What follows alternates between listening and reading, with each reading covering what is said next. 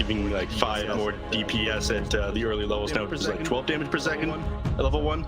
So Witch Doctor coming back to the meta is possible. The biggest thing that we've seen is like the offlaners building items to just win the lane even harder. We'll see people build like 4 bracers in their lane and just like completely shut down the position 1 carry. And it's effective. Offlaner meta I think is changing more than the safe lane meta is going to.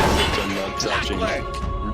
Well, as our Cryptic mentioned, the mid meta hasn't changed at all. The off meta that Neff is proposing is very different, and the safe lane really does depend on the team. But we will find out which of these is going to be in effect in this game, because we have a draft on our hands. VG Gaming are going to be playing later against Team Aster, but VG already struggled against XG under similar drafting patterns here, our Cryptic. But we're opening here with this Visage hero. We've been talking lately, I'm not sure if you were on that panel, no, that's myself with Black and Neff, about a lot of the things that have been stolen and imported from the Chinese or the external world into China. Visage is this hero that now, for some reason, is very high priority, comes out all the time. You're an offlaner, good sir. Have you also been utilizing this in your pubs lately? So I have not, but I do know it is very good. I just have not played Visage. Yeah, he's a high skill hero. Yeah, he's a high skill hero, and you know. Oh my god, it's also a cheese hero, and I like to like earn my MMR and earn my victories rather than just like getting free wins by playing Visage right now. Of course. That's my real excuse.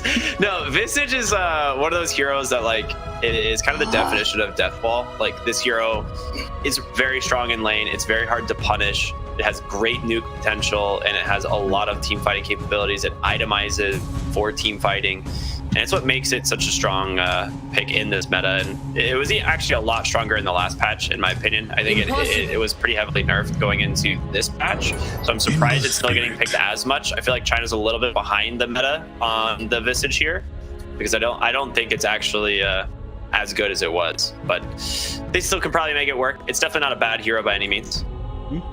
Not at all. But interestingly enough, I'm kind of perplexed by Aster.A going for the super early Pango pick.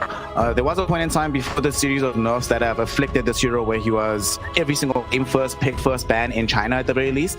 Now he's fallen down the picking order quite a bit here, Neff. And most of the time that we've seen him succeed is from the mid lane. Do you think this is going to be a mid Aster.A Pango, or do they pick this up now and have more flexibility for it later? I think way more likely. Mid lane is way more likely. Offlane maybe. Mid is never mind. All right, never mind. This changes things a little bit. It's possible that you run in the off lane or the mid. I don't know where the heroes are going to go now. They've been running Keeper of the Light as position 2 a lot more often, even though China hasn't been as successful with it. But I think this hero is just as strong on 4. Can move over and stack camps and be able to constantly drop Chakra Magic on your Pangolator to be able to refresh the skills, and the buff his mana is pretty powerful as well. So maybe putting the 2 of them together would be optimal. I don't know. Any of these heroes can be flexed at the moment on Aster.A. I can't give you a definitive answer. That's actually true. Let's speak about more definitive heroes then, Ricky. XG had gone for this Ember Spirit pick. We don't see the hero nearly as much as we used to in previous times. Obviously, not nearly as hurt by the nerfs as Storm Spirit and Void Spirit might have been. But what's changed really that has sort of brought down the Ember and pecking order and elevated heroes like Puck, for example, which we did see getting banned at the beginning of the second phase? What's the change in the mid lane, even though the overall meta in that state hasn't really gone too different than what we've seen before? Sure, yeah. So I actually think Void is the strongest of the 3 brothers right now, or the 4 brothers. I kind of forget Earth Spirit exists, if I'm honest. Sorry, Neff. But I think Void Spirit's actually probably the most stable of the mid lane spirits. Ember Spirit is just really good for catch if you don't have it and win certain mid lane matchups, which is why you pick it. But in terms of like the Puck, Puck is easily the best mid lane hero in the game right now. Like, it's actually pretty insane how strong this hero is. I was playing it earlier today just to practice. It was really strong last patch. Played it a little bit then. Playing it now on the current patch. You just don't go a single null talisman. You go bottle, brown boots, witchblade, and you get by like 9 minutes and just start killing people. It is ridiculous how strong it is. So I've really liked Puck with the null change. It's probably one of the one heroes that didn't really get nerfed as a result of it. This Lifestealer now to sort of counteract what Lifestealer in tandem with the Ember Spirits into Alchemist. This is what the 3rd Alchemist we're now going to be seeing in China, and we've seen a bevy of builds. None of them have worked out, of course, because the hero keeps losing. Talk to me about this, Neff. Why Alchemist? What does it do for this team I here? don't know, man. It gives you money. What more could you want? Times we haven't seen it succeed. I mean, last time we saw it, that I was watching it, ended up going unstable concoction level 1. It was a concoction 1 point acid spray, 1 point into greed, and then came back for 3 points. But the issue with that is it slows down your entire lane because you're not getting as much money. You're not zoning the enemy with the acid spray. That single point that you end up putting into unstable concoction really does slow you down, make your lane a lot harder, and you have a lot less money. And it's all about being able to like accelerate incredibly fast and shut down the enemies. I think it's got a pretty decent matchup to a lot of these heroes. I don't think it cares too much about the visage and the clockwork. A lot of time you're going to be able to out-sustain the damage they can put out relatively slowly compared to like the burst damage that Visage used to do when the damage from the birds went down. But the last pick Morphling, this hero I feel like is super now. And you already have an Alchemist on your team. I'm not sure where this is going to fit. I have no idea. With this offlane Alch, is this mid Morphling? Red Panda. I personally. Red Panda Alchemist. Udo on the Morphling. Okay. Alright. I mean, okay. Let's quickly just get this out of the way. XG last pick on the Oxia, shifting this Visage into a support rather than a core. Might make things a bit more difficult because we've seen this hero struggle if things don't get off to a roaring start, but a much more normal, stable draw from the side of XG. Our Cryptic, what's happening here? This Aster.A lineup. But bring in this immortal knowledge, man. This divine knowledge. Drop it on us. What's happening in this situation? I mean, my initial thought is that it's not good. There's not much else to like. I can't look at a 5-position Alch and think that it's going to do exceptionally well. You also are into a Darkseer lane that has like incredible synergy as well. So you're going Darkseer Clock as a 5-position Alch. Like this hero is going to feed so heavily. So I can't imagine that's going to bode well for the Morphling. So I'm going to say pretty heavily that I'm going with Xtreme Gaming on this one. Neff, give us some good news. It's going to go XG, or as Aster.A is very much out of left field draft, swaying you a little bit, given that it's going to be a fun game no matter what. I don't know. I don't think this Visage 5 Alchemist is going to be good. There was a time in the past where Unstable Concoction channeled up 7 seconds if you dropped on the last like full duration stuff, and people it was running support back. It was like decent at the time. The hero was like way too busted though. And then eventually they like tuned it back down to be what it's in its current form, and then nerfed Gravel's Greed and they nerfed Gold and whatnot. I really don't think he's viable as position 1 anymore though. As far as everything else you have going on your team, it's a bit of a cluster. And like Ricky was saying, like this Clockwork gets on top of you between an Ion Shell and the battery assault going up, and being able to block up the Morphling with these power cogs, you're just going to die. Your food is position 5 support. Melee supports aren't good to begin with, and Alchemist has one ability that's going to be relatively useless in the form of Gravel's Greed this game. I don't know what they have going for them, or whether to say to switch over to this one, but anything's going to prove me wrong and change my mind on this one. It will be them somehow winning this game. It'll make me a believer in Pause 5 Alchemist again, but it has been a number of years. I think like 5 plus at this point. Well, I personally don't know. Go ahead, sorry. I was going to say the position 5 Alch, the only reason it used to be good, the only reason it used to be good is because of the level 10 talent that he had that was like plus 200 base damage to Unstable Concoction. No, I'm talking about before talents. Oh, you're thinking way back when. They're going into the archives of this one, but we do not know exactly how it's going to be run in this contemporary time, but we will be finding out because the game itself is now underway. Aster.A is taking on gaming. Would not say that it's underway yet. Unfortunately, we are paused. Are we? Wait, we might be underway. Unpausing? All right, very paused. All right. There we go. We are on pause now. A game of Dota is underway. We have some heroes. Some of them are a bit weird, a bit out of left field, but nonetheless, we're going to have a game of Dota 2. Nev Sensei, thank you so much for joining us on the panel. Our Cryptic, take us into the game, and we'll be switching in and bringing in Lizard in just a moment as well. But the first thing that we have to get out of the way is the Dota. So see you after the game, boys. Have fun, and let's enjoy some Dota 2 action between Xtreme Gaming and Aster.A. Awesome. Very excited that I got to panel with Neff for the short moment, but also very excited that we're casting this game with Lizard, the absolute legend himself.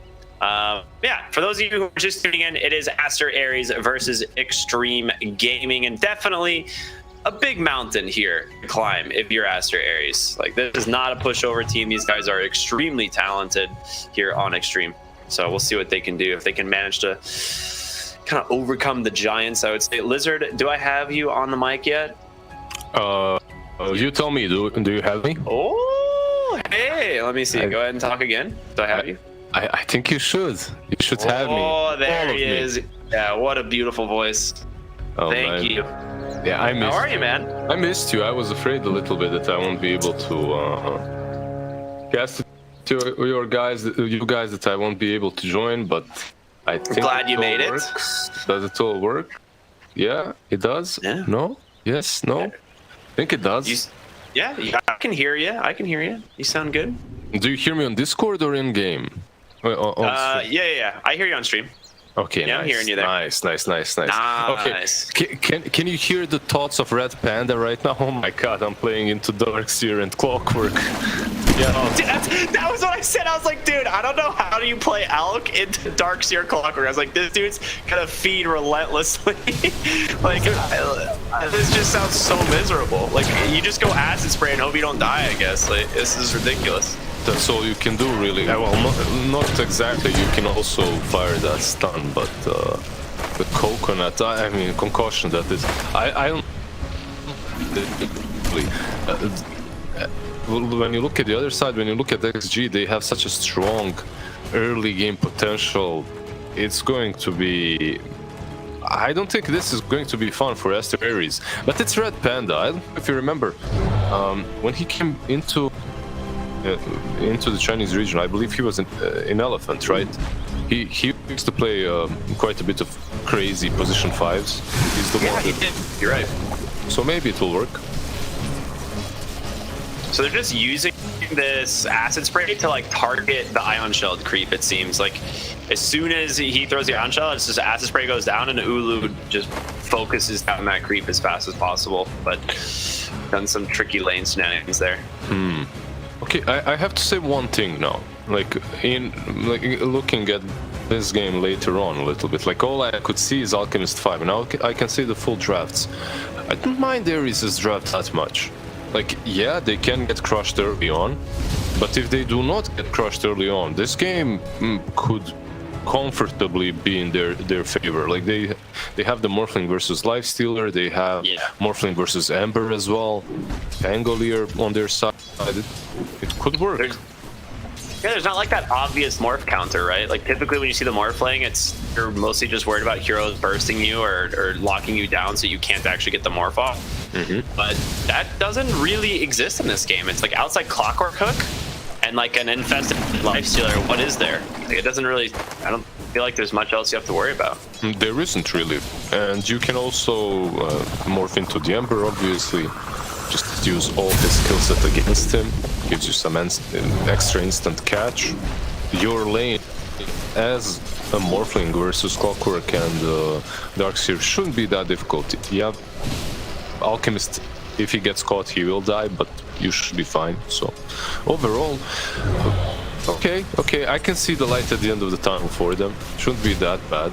All right, I like that you said this because I was full despair for Aster.A here based on this draft. Red Panda channeling up the stun is actually going to do a decent chunk of damage. Gold 11 also put that point in vacuum, so no points in Surge quite yet. And there's the first blood. Yeah. BYW baited going for that bounty room. Like, Morphling versus Darkseer overall should do alright, and then you get this acid spray. I think the vacuum is kind of more normal now to take early on, so you know what to expect. You know that he's going to have one in vacuum and 2 in shield. So, well, he was holding the point for a long time. He ended up leveling it right before the stun started getting charged, so it's just a little unlucky from Old 11. Not enough patience, maybe. Did they sense it? They sense that he had, you know, like a player moves differently when he has different spells. So maybe that's something. Maybe that's something. They smelled fear in the water. I like it. I'm gonna say that's probably correct. Do you know? We never talked about the other lanes though. Yeah. On top lane, this should be much easier for Lu, right? Even though what the CS is quite even. These two supports are just zoning one another out of the lane, and Lu versus Tiny, they're kind of just battling it out. The difference is that Lifestealer doesn't really need a support in lane for this matchup, right? Like he can't potentially find kills with the Visage, but for the most part, like Lifestealer kind of just gets to free farm. He doesn't like sustain, right? Exactly, he can sustain himself. It's not only that he can free farm, he doesn't need to ferry up region all the time. Meanwhile, Alchemist does actually that. Yeah, it's beginning. So I knew it was coming at some point. The good old Surge Clockwork into the battery assault finds the Alchemist bottom. Very easy kill. Yeah. They needed to get that kill. At least on the Alchemist, Morphling will be, like you said before, completely fine. So you gotta do something about that lane. You can't just let the Morphling completely free farm. What do you build on Morphling though? That's my question. Like what to build to make this hero actually usable? Like, is it the Ags? Can it actually be done? So we saw the Ags into the Medusa, right? Which actually ended up being legitimately very strong, but the game was a little bit of like an unfortunate like matchup in terms of the other heroes. Like the team fighting was just way stronger on the side of the Medusas. But the Axe did seem pretty strong. This game though, it's like I don't really see a hero that goes like all stats that you really benefit from going the Axe from, right? Like there's no real Scotty builders or anything. That's true. But also in this game, you don't have to build the axe. You can make Red Panda build you one. Just whip him. Right, actually. Build me an axe. axe. To work. You can't buy me a salve, but you can buy me an axe. Exactly. There you go. No excuses. Is there any other, like, no, it's just a Morphling, right? Like, anyone on their side benefits from the axe, but Morphling probably the most. Probably. I'm just saying that because I'm not super acquainted with how good the new axe is on the Morphling, but we'll see. It seemed, like I said, situationally, I think it's really good. Like we said, against the Medusa, it was owning. Like she was losing like 60 attack speed and like almost like 800 health or something, and like a massive amount of her mana as well. Like it was really strong. But so maybe it should be solid versus Lifestealer then as well, right? Like yeah. So I'm wondering if it's good against Lifestealer. The problem is Lifestealer's stats aren't great, and he usually goes like this Armlet Deso Basher or something along those lines, or Armlet SNY Bat, like just something that way. But maybe against Morphling, he does go for a Scotty, and then those all stats end up just kind of going the way of the Morphling eventually. No, we will see, right? But one thing that I'm expecting from XG is, like you said, deny off. Okay, this is how you prevent yourself from feeding, and he gets a return kill. This guy's a genius. He's so good. Like, where are you, haters? Like, I saw you in the chat already writing Red Panda this, Red Panda that, but this man is you don't understand his genius. That's the problem. This guy's like actually so nice level. Top lane kill goes to Paparazzi there. Nice rotation from the Ember. I'm gonna put PYW in lane to get a little bit of XP here. Get closer to that level 6 on the Clockwork, which he might regret in a moment as in comes the rest of the heroes. Give it Rolling Thunder. There go. Ooh. He can't, right? Yeah, he can't something to bounce off of. Not only that, there's cogs, right? He's gonna bounce off of them, and there's this bug when you jump into the cogs, your Rolling Thunder just stops. There's also that, so. Oh, that's cool. I like that. Yeah, it's amazing. I mean, you know, all these small little features, they make the game fun. Gotta love it. Quote unquote fun. Yeah. Depends on who. For me, that's playing Clockwork 100%. That's playing Clockwork, yeah. But for the guy that's playing DY caught out in the river, yeah. I don't think they're gonna find a return kill here. Paparazzi does have an arcane, but no points in those Searing Chains, so no catch quite yet. And I'm looking at this draft from XG, and I'm seriously worried for Ares in the next like 5 minutes or so. When the Ember comes online? Yeah, Ember comes online, Visage gets his level 6, Clockwork gets 6. It's like you have so much catch. Kotal will not have a blast, like he will not have a good time. And all these heroes will be able to either push together or make some plays. Like you just look at them and you check the combinations, like how many of these heroes can work together to net themselves a kill. And you have everyone, like 1-2 with everyone. On the side of Ares, it's not really like that. You don't have 2 heroes that can always make a kill. Like you need the Penguin or the Tiny to be there. And speaking of Tiny, another rotation in from the Ember Spirit, but he's just gonna TP out. No other stun coming through. So you do force Tiny back, you know, out of the lane. Some space for Lou. That's also a good point. Like you just said, no further stuns. They don't really have a lot. It's kind of just a clockwork, huh? Yeah. Just a clock, searing chains that can help out, but that's truly not a lot, not enough. Old 11. Who do you drop the wall on? Just the Red Panda and Morph, it seems? Yeah, just the 2 of them. He's got himself an illusion though to play with, so. I mean, that wall has kind of a long cooldown. He was next to the tower. Maybe he was just afraid that they'll kill him, so he drops it. Okay, yeah. But there's no way he gets a kill there, right? So it's the only possible explanation. Ooh, a Tumbler toy. That is quite good. So, what's your favorite? I think the best tier 1 item is Tumbler Toy. It is just so fun to play around. Like, you can really, like, whoa.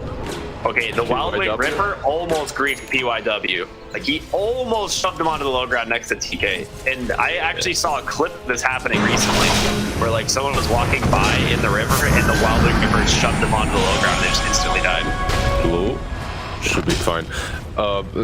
That Wing Ripper is insane, by the way. There is something wrong with him. He's a murderer, but his little brothers or sons or whatever they are, the small party ones, the Cyclones, those are... Did you ever get hit by that double Cyclone while you're farming? It's... Oh yeah, you're just done. Okay. It's okay, I guess I'm dead if I don't have any magic immunity. It's ridiculous. But what we did see though is a Clockwork farming a hard camp, which is something that wasn't possible before this patch. So I believe one of the reasons why the hero is they're gonna go for the bottom.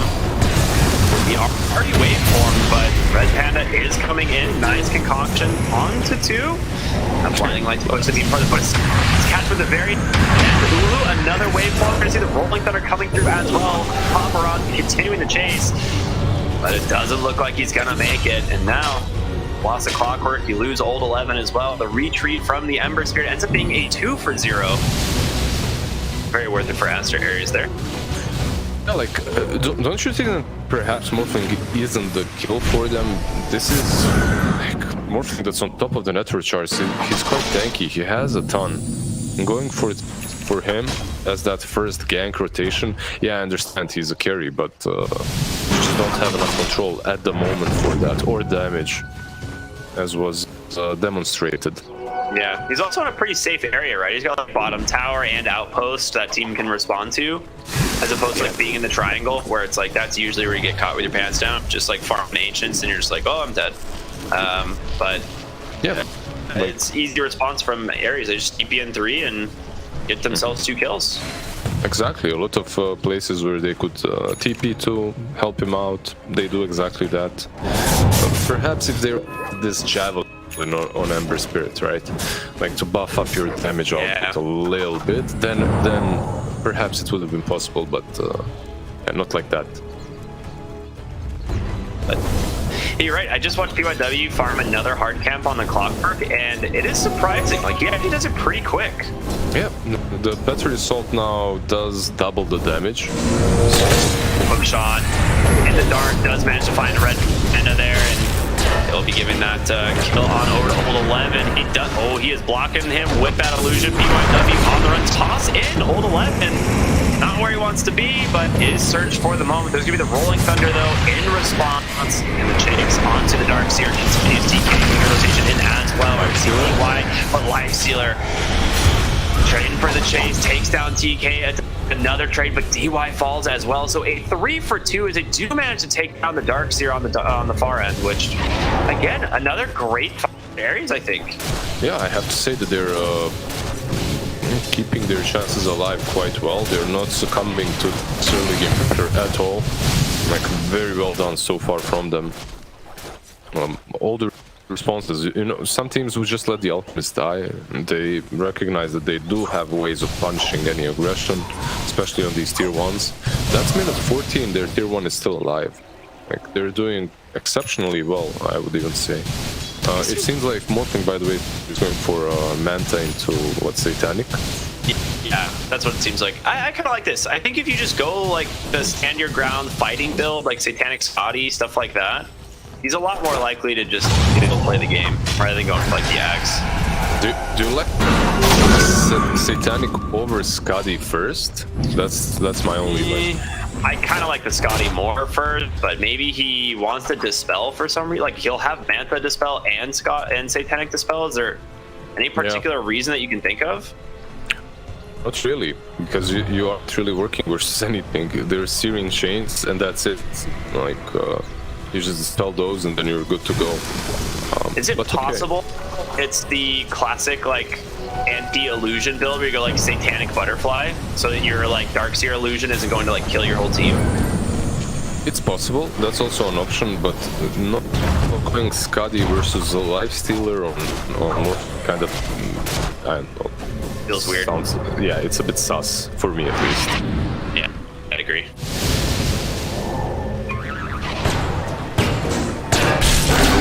Top lane kind of got baited into that really waiting for him. He's going to force himself into that into the Lifestealer, get the rage.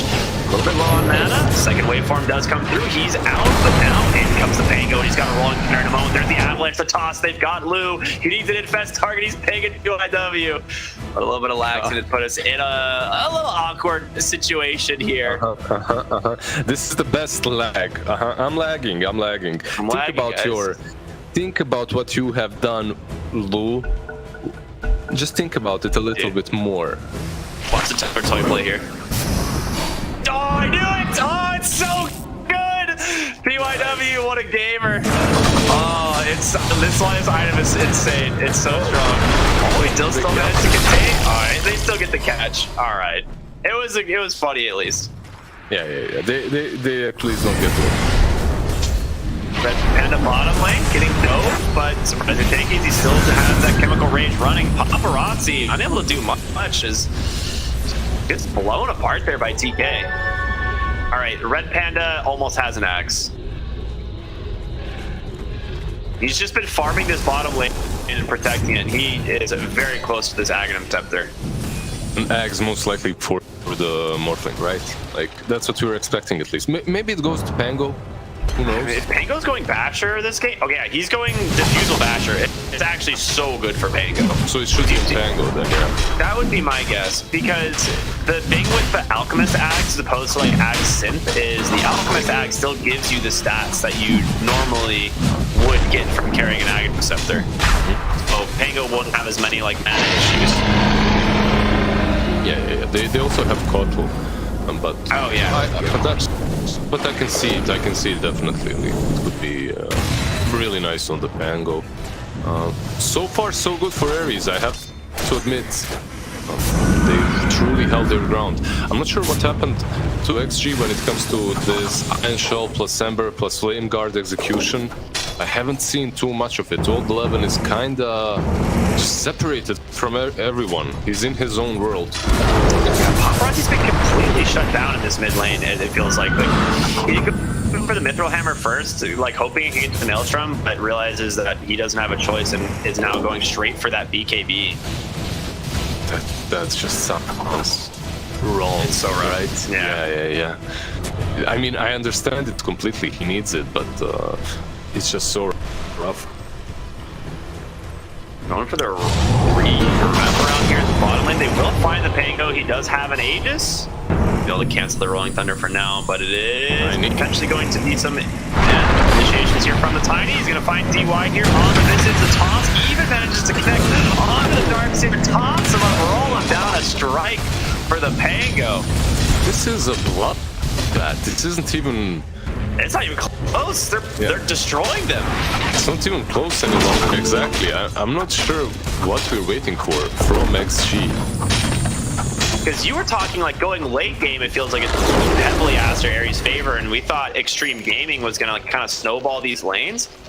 But you have an axe on Red Panda, and I'm really curious who it goes to. Like I said, my guess would be the Pango. Yeah, there it is. Nice. So 30,000 net worth Pango at 18 minutes. That's pretty good. I truly felt like they had the early game advantage. And I would still bet that they did, but those rotations on the Morphling and then the tier 1 dive bottom on Alchemists hurt them so much that they aren't able to they just aren't able to connect a good play afterwards, as they have zero map objectives taken 19 minutes in.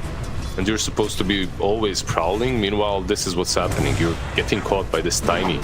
Yeah. 24/7.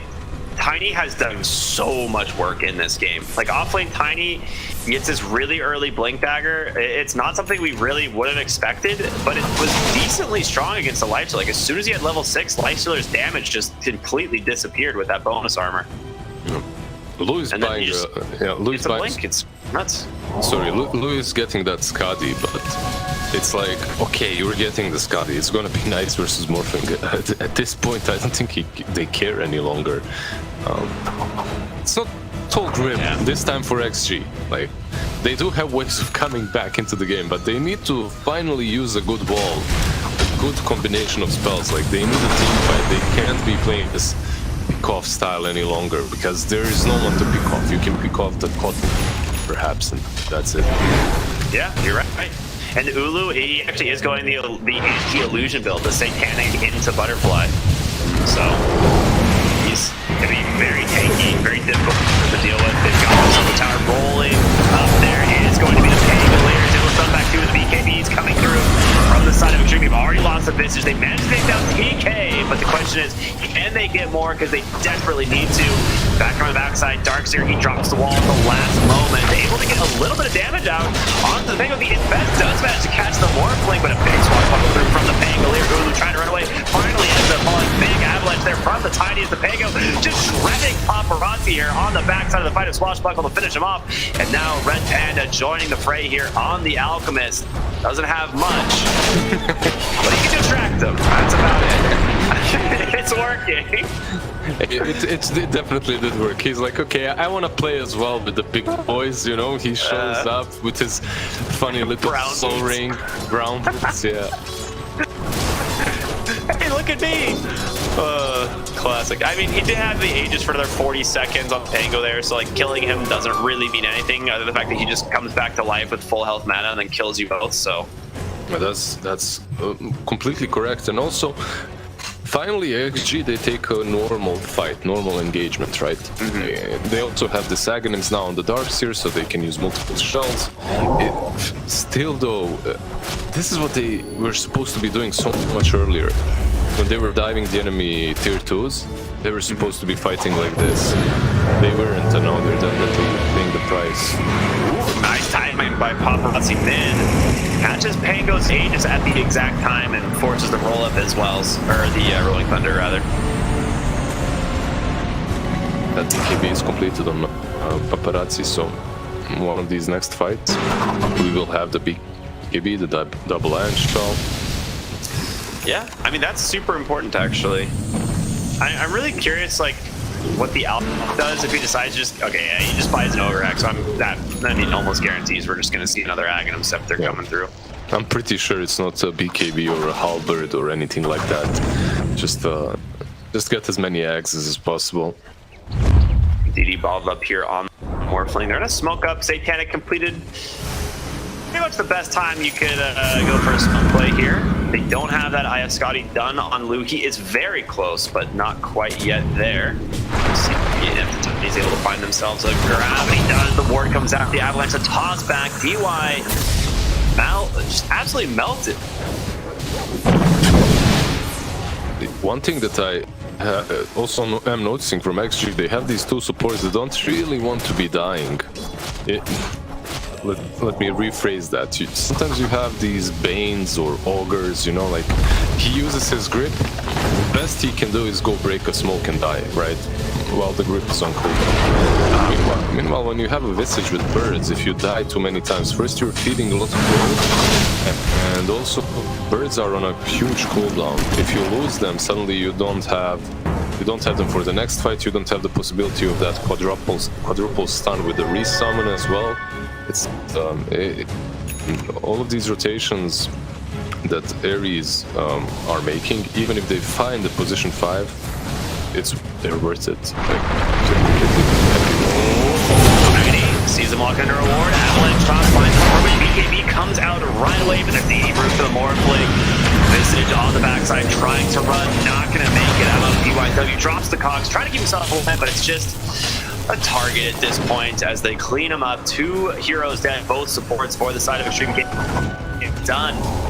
And for more into the triangle, they will not connect. Yeah, you have the Rage on Lifestealer, you have the BKB on the Ember, but your supports are pretty much defenseless.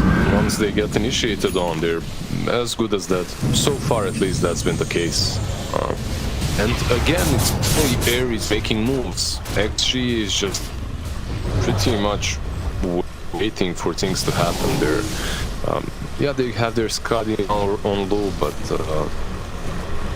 I think this game is out of control for them at the moment. Let's see, perhaps another team fight.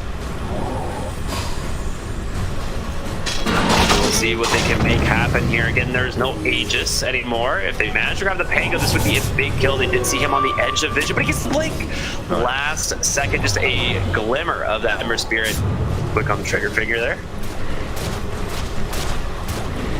And it was nighttime as well, plus he had no vision, no observer reports, nothing like that. He had one very deep, but he didn't scout them out, so really nicely done by him to get away. He was carrying a gem, so it made it even more important not to feed there. How close is Alchemist to the next dive, by the way? Getting closer and closer, I suppose. Just about 1,000 gold. Alright. Word set up here. There's the blink over from Pango, trying to find Old 11 on the Darkseer. Doesn't end up connecting, but the other fights just split. PYW also got his hands full on the other side of the map, looks like. They're going to chase down this Darkseer, though. The concoction finally connects, and they will take down the Darkseer. He waited for him, didn't pop the Satanic even. He needs to be careful. Avalanche there to push them back a little bit. 2 for 0. Bash plus the toss. Do they get the Ember? They do! Oh, no. All right, this Aghanim Scepter on this Pango is just destroying Xtreme Gaming. This Pango overall is destroying them, and this Aghanim just makes it look even easier, right? Like he is loving his game. This is basically 4 versus 5, right? Like you don't have the Alchemist, and you're still just completely stomping them. You know how like when someone like on your team leaves and you get bonus gold? And then you win with it? And then you win with it? That's what this is. That's what Red Panda is doing. He's like the guy who abandoned the game at like 3 minutes basically, and you're like in the sake of your team getting extra gold. It's a ton of gold though. It's a lot of gold that he's giving his teammates, and it's also because they gave him so much space. Sometimes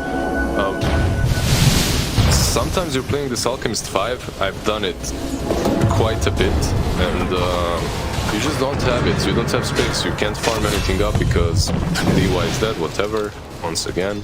Because your map is so small that all the kind of safe spots are occupied by your cores, right?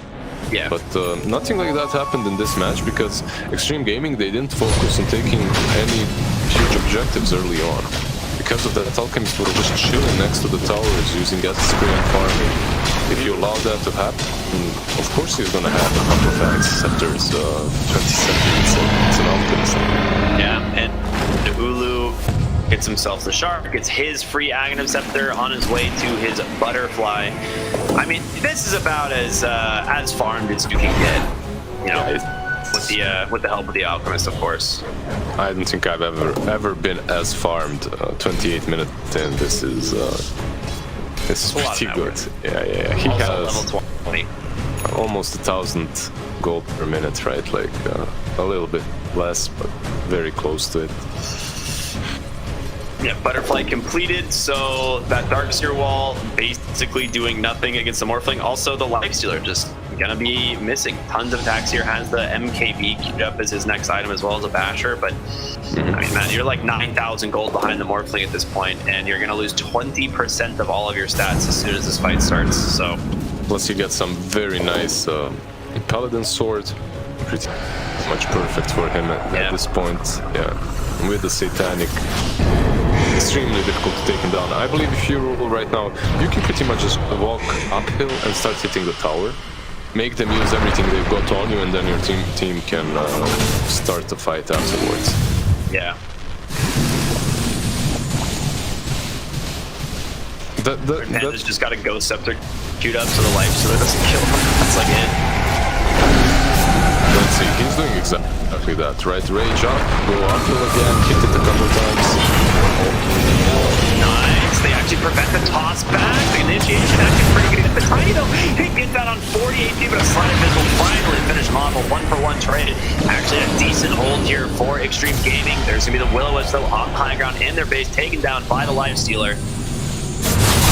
And so far not too bad, but you dropped the wall for this.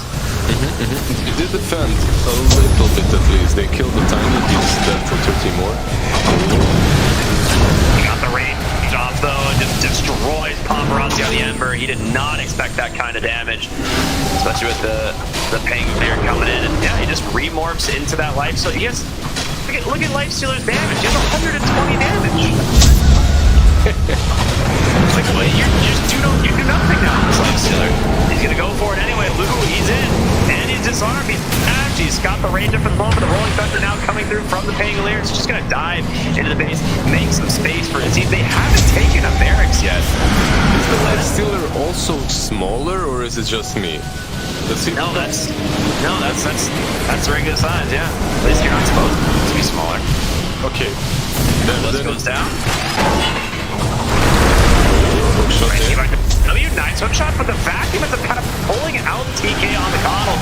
He's gonna get burned into it, managed to barely survive, and now Pangolier diving into the base looking for targets. They take down one, or rather both supports, and now Lugu popping that range, trying to get himself to safety. Old 11 forced to surge himself, but now the Lifestealer. Oh my gosh, the double adaptive strike, get himself a triple kill. Morphling just styling on Xtreme Gaming, and I can't say, I'd say it's not long before to the GG stop. It is over. At this point, you just have to stop the bleeding, you just have to cut the suffering, right? Call the G's, get the hell out of this match, go next. That was incredible.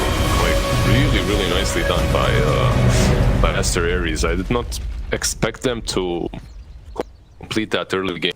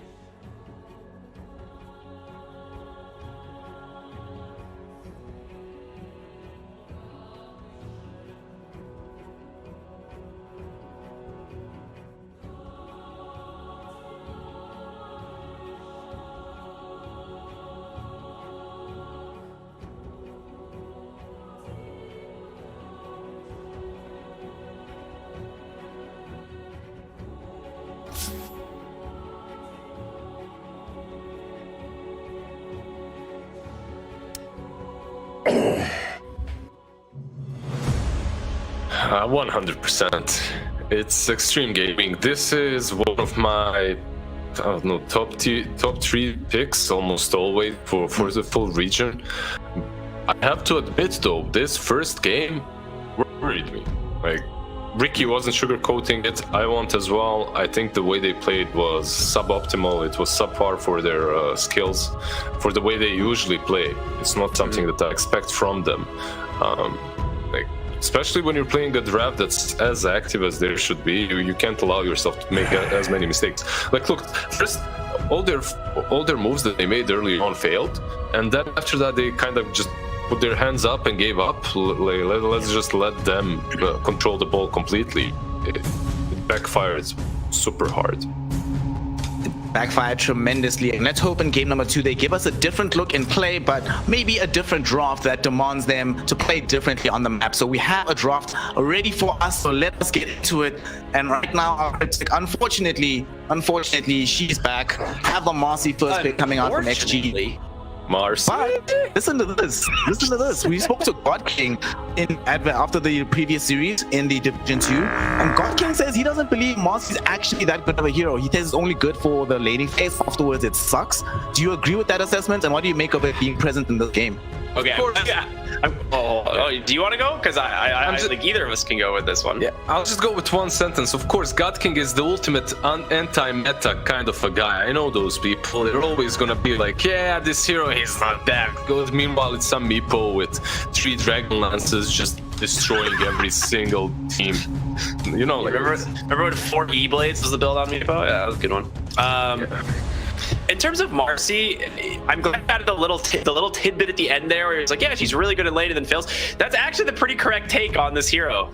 Marcy is so dominant in the lane stage that the only reason she's even remotely like balanced, and I say like balanced with like heavy air quotes, is the fact that her mid game is abysmal. Until you have like Blink or an Aether Lens, this hero does almost nothing unless you like catch a hero out by themselves. So there is like this like 15, like it's just like I would say it's like 9 to like 18 minutes. That like 9-minute window is really bad for this. And so you really have to make a lot happen in the lane stage to make it work. Fortunately, though, they do have this puck hero, which has been very phenomenal in the mid game that we've been seeing of late. So covering themselves in glory somewhat, making Paparazzi play something he's not going to be as reliant on the rest of the squad to do well with. On the other side, though, this is looking dangerous here, Lizard. This combo, Treant Protector DP, this is the third time that we've seen it in the China GPC, and it has a very high win rate for a reason. It's super strong. These heroes are very difficult to kill and bring down. They've already gotten themselves some team fight. They follow that up with the Monkey King as well. So now you can guarantee duration of heroes being stuck inside Wukong, tanking damage from the monkeys, tanking damage from the Spirit Siphons.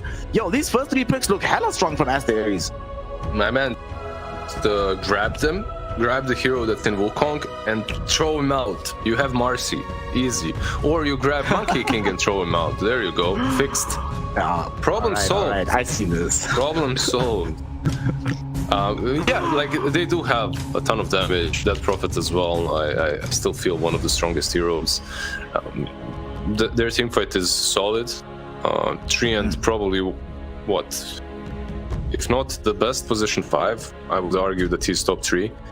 But you are playing versus a puck plus Snapfire, so there's some potential there as well for a decent team fight. We'll see. Like, definitely, I do favor Aster.A a little bit more. What do you think, Monkey King laning stage or Marcy laning stage? I would still say Marcy laning stage, right? Like, who's stronger? Yeah. I mean, at level 2, this Marcy can kill practically anybody. Rebound, dispose, it's very good. Oh my god. Well, I'm glad, Cryptic, that you are on the panel today, good sir, because you've been for this bad boy from jump. Before it was even good, right? Before this Pudge hero was even viable, you were saying people should pick Pudge. Now it is viable. Now suddenly I'm thinking this is unlikely to be the core Monkey King because core Pudge is super solid. Tell us about this hype. Tell us about this hero. Explain to the audience why you had that gasp of happiness as soon as you saw the fat man. It makes me so happy.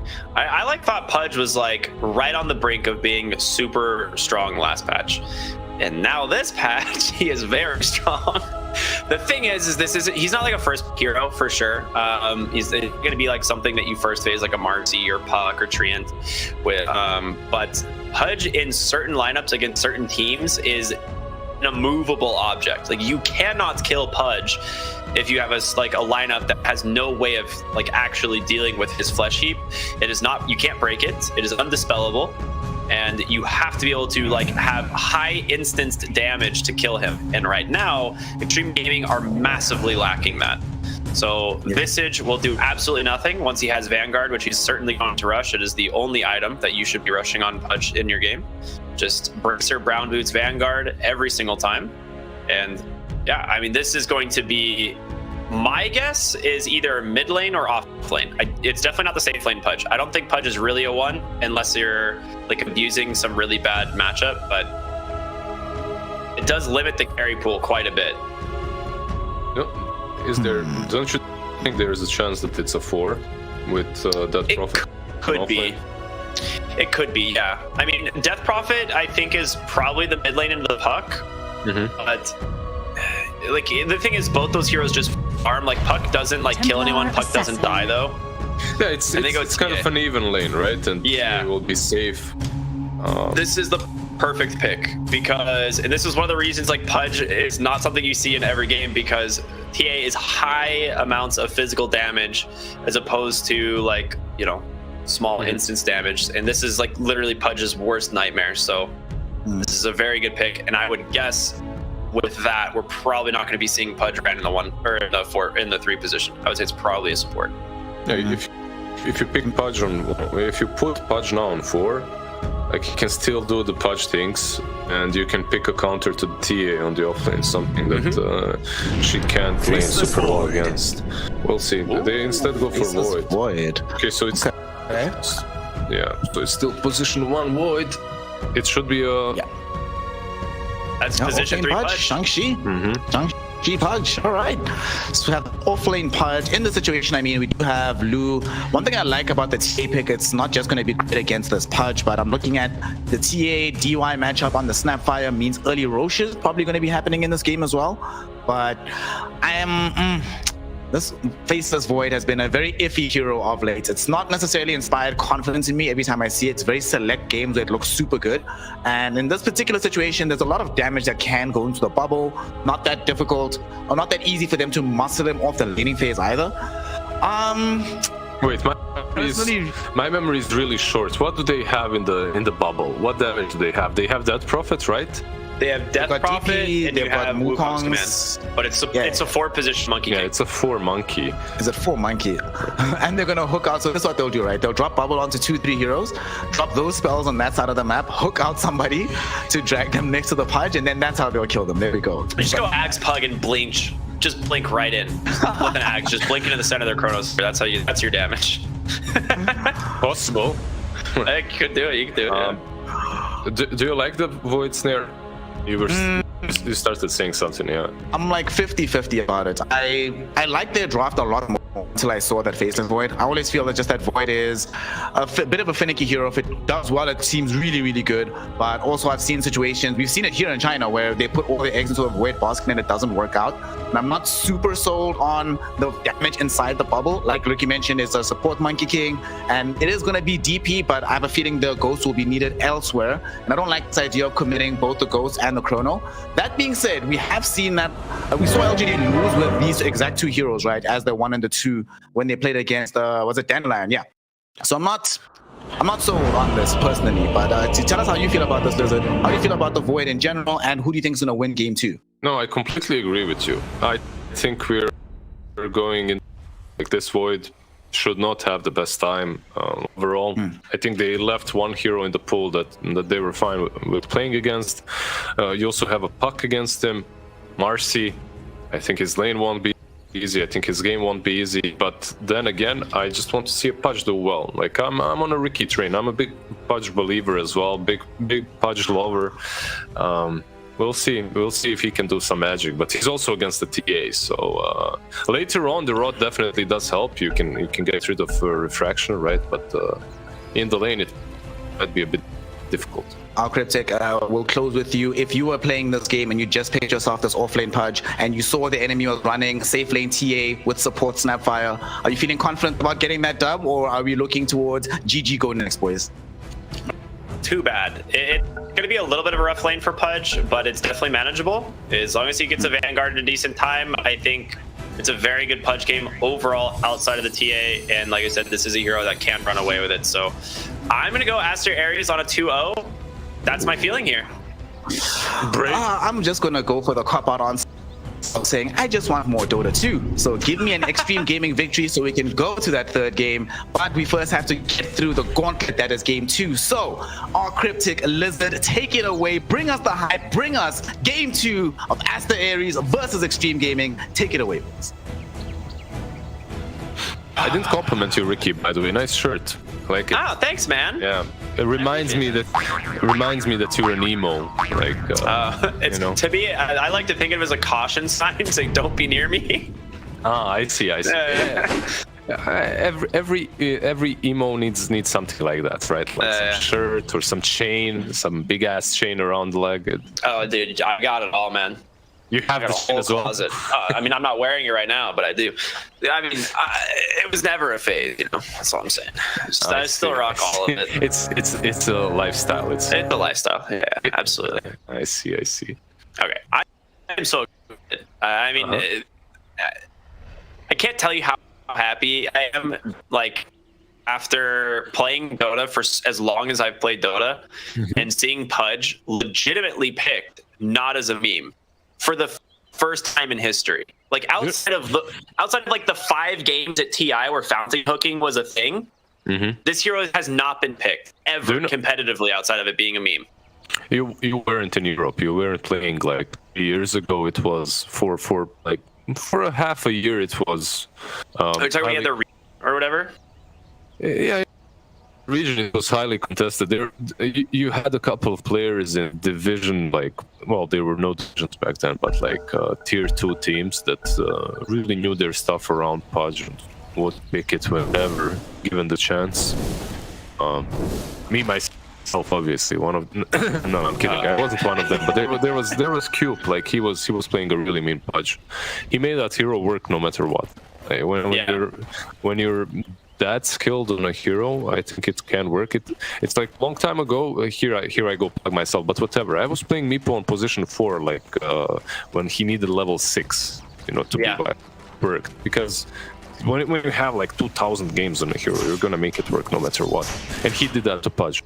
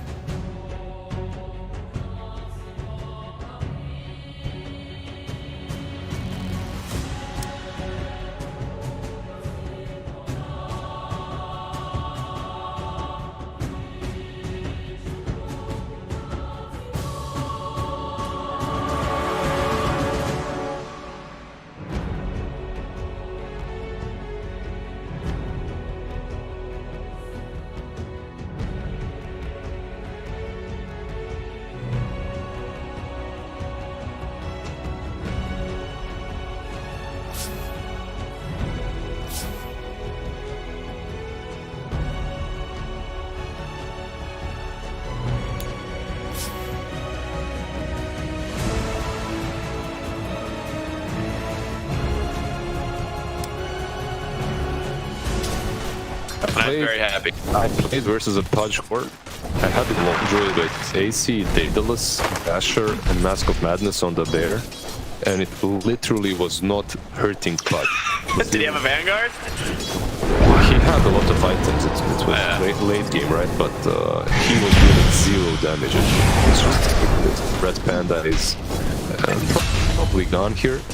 Yeah, nice little play there by this offlane. And this is, we were talking last game about how the Visage was kind of like underwhelming because it didn't have like a kill lane. But this time, you do, right? You have the Marcy.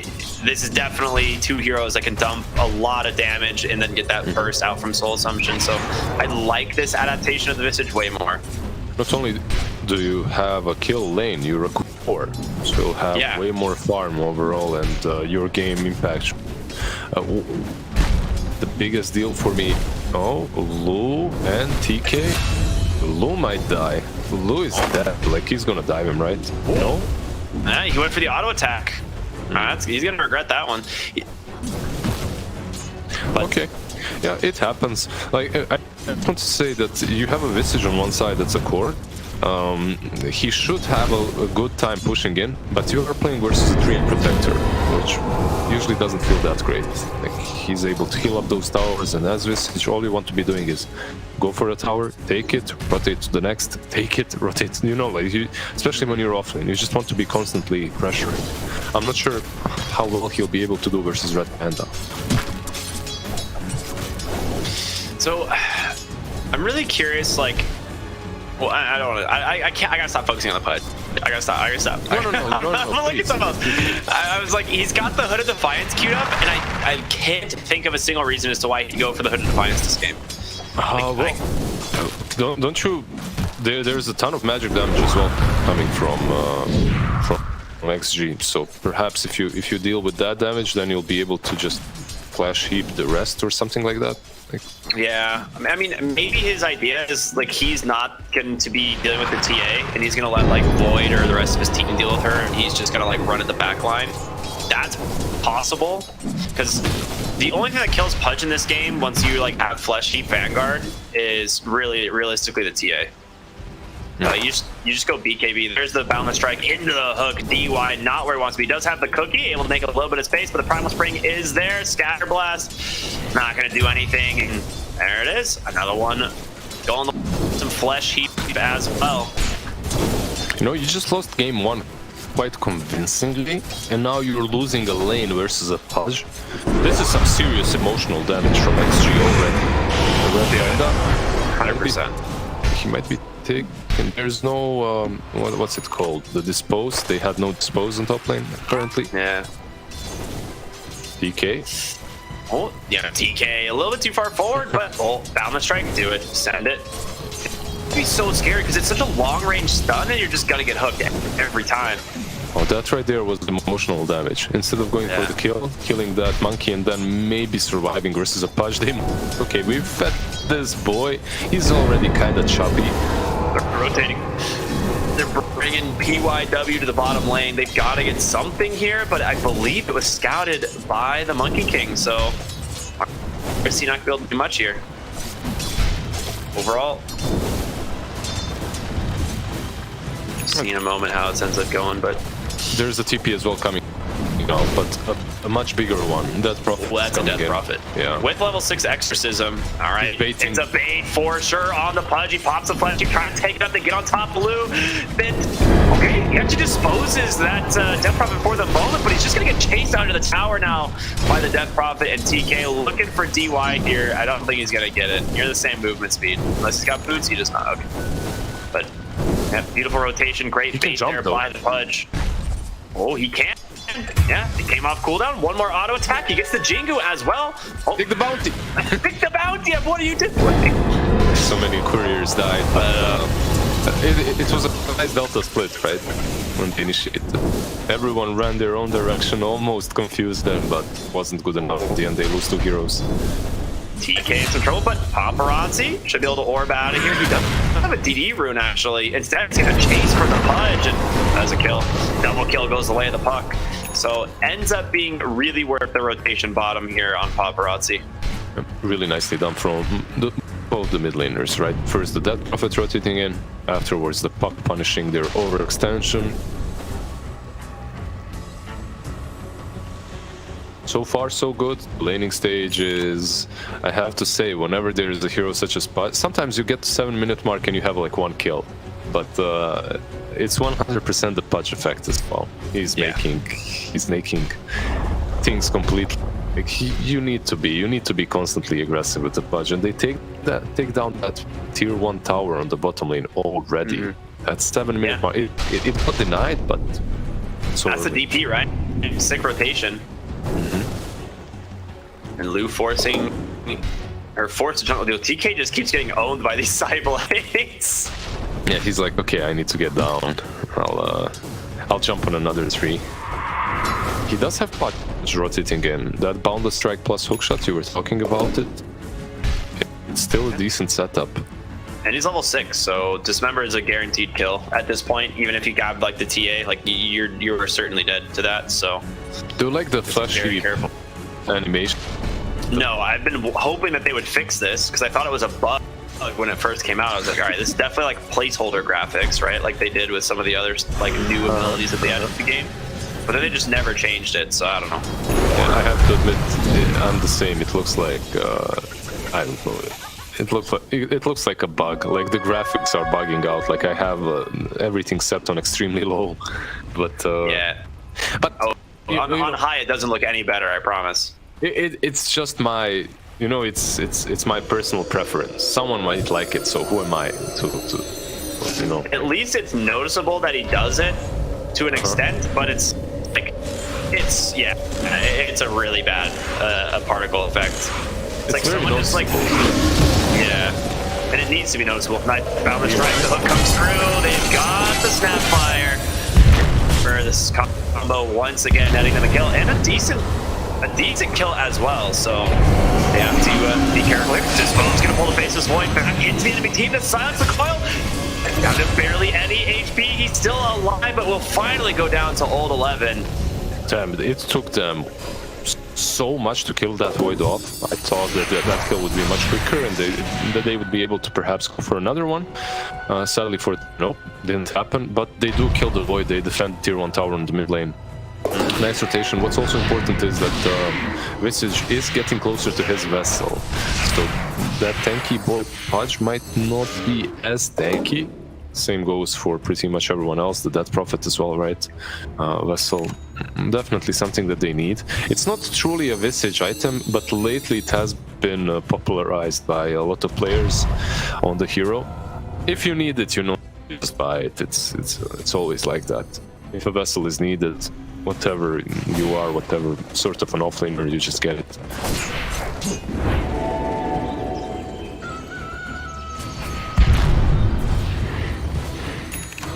Alright, a haste rune gonna be bottled there by the Death Prophet. That's always terrifying.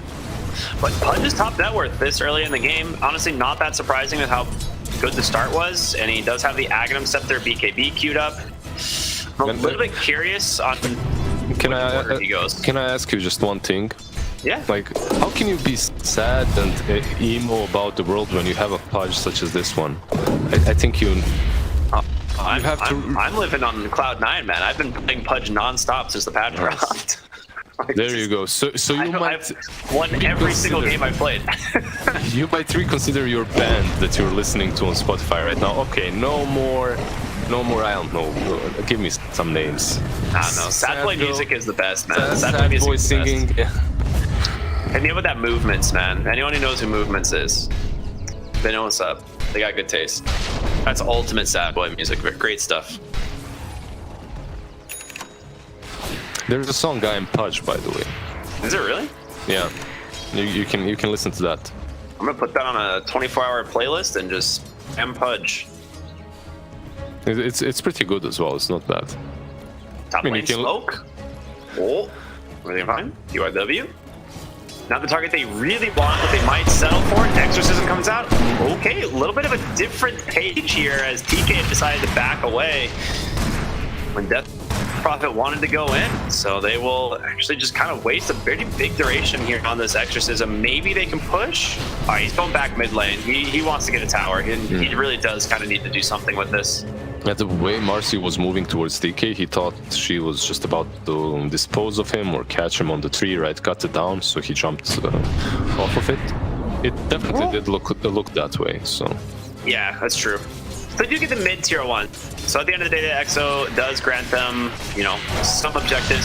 And okay, I didn't talk about this in draft because like we just it didn't really came up. We were talking a little bit about the Treant Protector. Do you want to guess Treant Protector's win rate in the DPC right now? If you had to guess, Lizard, where would you ballpark it? And mind you, this is on 35 games. Like 60%, I would put him. Keep going. It's way higher. 75? It's 73%. That's, yeah, on 35 games, that's ridiculously strong. And the hero is really good. Yeah.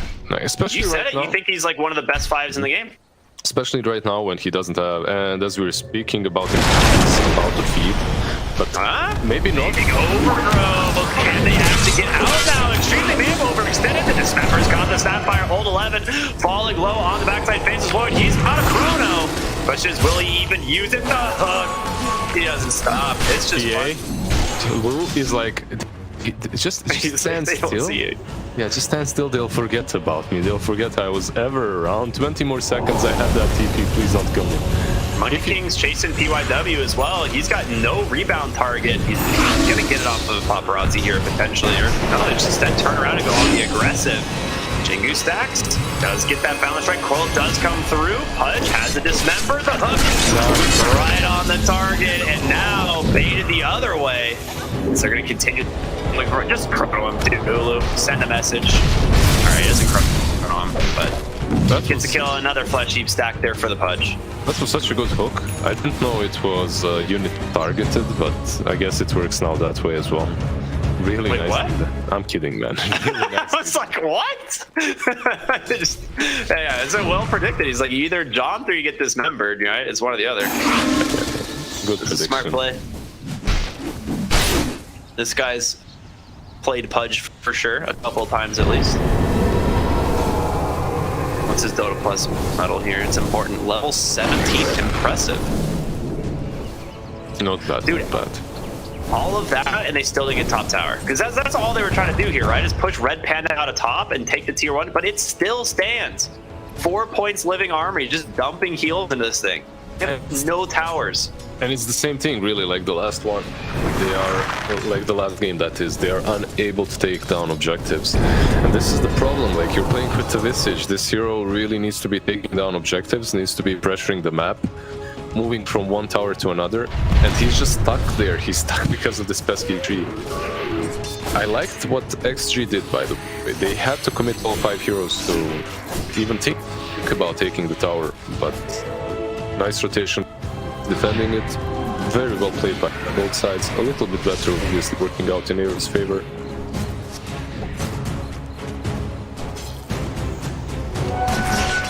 Man, if this Pudge is allowed to get an Aghanim Scepter and not get punished, this game is over for Xtreme. It's actually that devastating. Yeah, he's got the point booster Ogre Axe already. He's only 1,100 gold away. Okay, you need to... If he gets the axe this early on, no more death grips, no more moments, no more falls for you. And then they find all 11 top. TPs are coming in with the Exorcism on the backside. There's going to go ahead and be a pretty big Wukong's command, but he just goes down to those murder kisses. PYW is going to follow next. Paparazzi gets himself a double kill on the puck, and now Pudge on the run. Ares, they need help and fast. The Faceless Void's not quite there. But she buckled up. Will allow him to take through some of this damage. The Death Prophet just goes in instead. Looks like that's gonna be enough to push them away. It's being a 2-for-1. Decent hold there for Xtreme. I would say that it was unnecessary from Ares, this move. This play, the top tier 1. Even if you take down the tower, it doesn't truly net you any map controls. You just used your Death Prophet ulti as well. Your Void wasn't ready to commit, he wasn't ready to fight. You're just giving them a chance to go on this tier 1 top. The only question is, could this be a bait? Could they actually fight now on the tier 1 tower while the Dream protects it? And the Overgrowth again. They gotta be careful, they gotta respect it, and there it is, the Overgrowth managed to catch ult 11 here on the Visage. The science comes through from the Death Prophet Pudge, trying to get in range. He does find Paparazzi. Where's the Boundless Strike, though? They've got to find somebody able to dodge it. Hook off the mark as a result, but ult 11 unable to get out of here. YW comes in, gets an X Dispose, catches the Monkey King. The Unleash comes through, Pudge getting beat down by Blue, but still taking through some of the damage. Can he get another kill? He will, but he's finally going to be brought down here in just a matter of time. Living armor expires, so does his life. Yeah, like these plays coming from Aster.A don't make too much sense, for me at least, looking from distance, right? Okay, maybe you kill the Visage, but you're still fighting without the Void. You're taking a disadvantage. Just fight for yourself when you're already ahead. Perhaps just wait for him, or maybe the goal is to give him some more space and fight whenever. They didn't even have Exorcism on top of it, right? Yeah. They did defend the tower, which is big. That needs to be said, but I felt like it's unnecessary for them to be giving any kills away in that fashion, at least, as they're quite commandingly in control of the game. Do you think they just jumped the gun on that? Because I feel like if they take the fight closer to their tower, it's pretty good, right? But yeah, it felt they like the chased Overgrowth pretty far, right? Yeah, like the Overgrowth came out too early. The Overgrowth only caught Visage, they chased too far, they missed the hook, the Boundless Strike was everything was missed, and then you still continue going. Sometimes you just need to know, okay, if we missed our spells, we need to back out. We're no longer in control to chase. We might be even the hunted, right? Like, we might be the prey now. When you miss your spells, that definitely happens. Bot lane, PYW. Bottom lane, looking for PYW. Pops the Unleash for the Dispel, but right in to a Chrono instead. Ulu finally lets it rip. Like a little bit of anticlimactic Chrono there. Just feels like he could have done it without, right? Like just 2 hits and that's it. Better safe than sorry, I guess. Finally he uses it like you said. Will he be punished though? Wrapped on bottom though. They have a high ground ward, but nothing that's gonna scout him. Coil, oh my god, it barely misses. Marbles are coming through. Ulu is surrounded though. Time walk, he's gonna get it in time. He does not. TK's tree gets cut as well. Ends up being 2 for 0. Death Prophet rotating on the backside though with the exorcism. It's Hook completely off the mark, and DY, I mean, he's certainly gonna die here eventually, right? The Ag's slow from Pudge, ends up walking into a trap though. Going to the TP out. He's gonna escape. No. And the exorcism. Nothing for their effort. Yeah, plus the exorcism was used. Yeah. Good thing they have the Stream Protector, as they're not losing any objectives. No matter how many mistakes you make, 3 is gonna do 3 things, just gonna heal up the tower. It's good, man. Never mind. They finally got it, but it's like it feels like again you make a low like chance play bottom, and it just feels super bizarre. You have the Ags on Pudge now. To me, I feel like this is like a time to go fight, but you don't have exorcism now. They go right into Rochan instead. Xtreme Gaming trying to take back control of this game. That's what we see from PYW as well. A lot of Navis armor with the death zone. Go in, they take it out. Absolutely. That's also because of the chronos you're being used, right? Yeah. When you think about it, you use that chrono in a situation such as this one on only Marcy, you can get punished, and they did get punished for it. Not sure, perhaps... yeah, sorry. Perhaps we did pass the time in which using that chrono on just the support is value, right? Early game, it is, but perhaps we're a bit too far in the match for that. Now, I will say, I think Aster.A still has like a by far dominant lineup as this goes late. Like, it faces Void, it doesn't really have a lot to worry about once he has, you know, a little bit more HP and a BKB. And realistically, if this Pudge is able to like continue to farm at this rate, he kind of is one of the strongest level 25, level 30 heroes in all of Dota. So I think like Aster.A still has that to look forward to, but I feel like Xtreme's going to be the ones turning the heat on here pretty soon. What's the 25 on Pudge again? The 25 is either the Flesh Heap stack bonuses or the extra dismember damage and heal. So it hasn't changed. It's the same, right? Yeah, okay. Yeah. I see. Yeah, I completely agree with you. Then again, like there is outplay potential on both sides. The only kind of worst thing is that Puck cannot just build that eggs and deal with the Void like he used to. He needs the talent now for the BKB piercing. But, they're looking to go into the triangle. Boundless triangle onto Marcy. PYW grab. Remember? Overgrowth. Oh, he lost vision on the tree. Lou gets out. Okay. Very unlucky there for the Tree and Protector. Wait, does the TA still have Meld Dispels? Or was that changed? Meld Dispels at 20. At 20, okay. So yeah. 4 more levels, she's gonna be very happy when that hits. Yeah, Overgrowth misses, they only get the Marcy. They didn't commit too many big spells, right? It's the Overgrowth, so it's not a biggie. They can still continue farming. Oh, baited mid. TK goes down. Well played. Old 11 got him on the familiar drop. Is this a tier 1? It looks like it. It looks like it. I don't... like I said, I feel like this is when they're going to start really aggressive. PYW's going to pull the Pudge in. He did get the Flesh Heap off. Ulu's here. Does have the Chrono available. Looking for old 11, but he's got that Stone Form for the moment to protect him. Hook ends up connecting onto no one, but they do Chrono up. Sapphire. I mean, it feels like Ares are... They do come out ahead in this fight, but they commit everything and don't really get a lot out of it. Perhaps a tier 2, maybe they can It's hard to say. Even this tier 2, I don't think they can go for it. Maybe tier 1 tower or something like that on top. Yeah, like you said, they committed the chrono under that Prophet ulti, netting them pretty much only those 2 kills. I would argue once again that chrono, okay, you stopped Snapfire from TPing out. It's something, but just having that chrono would maybe be more valuable. I'm not sure. A kill is a kill after all, and he needs that farm. Wow. Ulu forced to BKB. Coil comes out, yeah. Does not want to risk it. Let's say buying Manta next. Not super conventional, but I guess it's alright versus the silences. Spell some stuff, spell some armor as well. Mitigation. Yeah. I would it doesn't look. Yeah, continue. Sorry. No. Go ahead. I had literally nothing important to say, like normal. Oh, I'm just saying that. I just wanted to say that. Okay, maybe after this game you will continue listening to emo music, because Pudge is.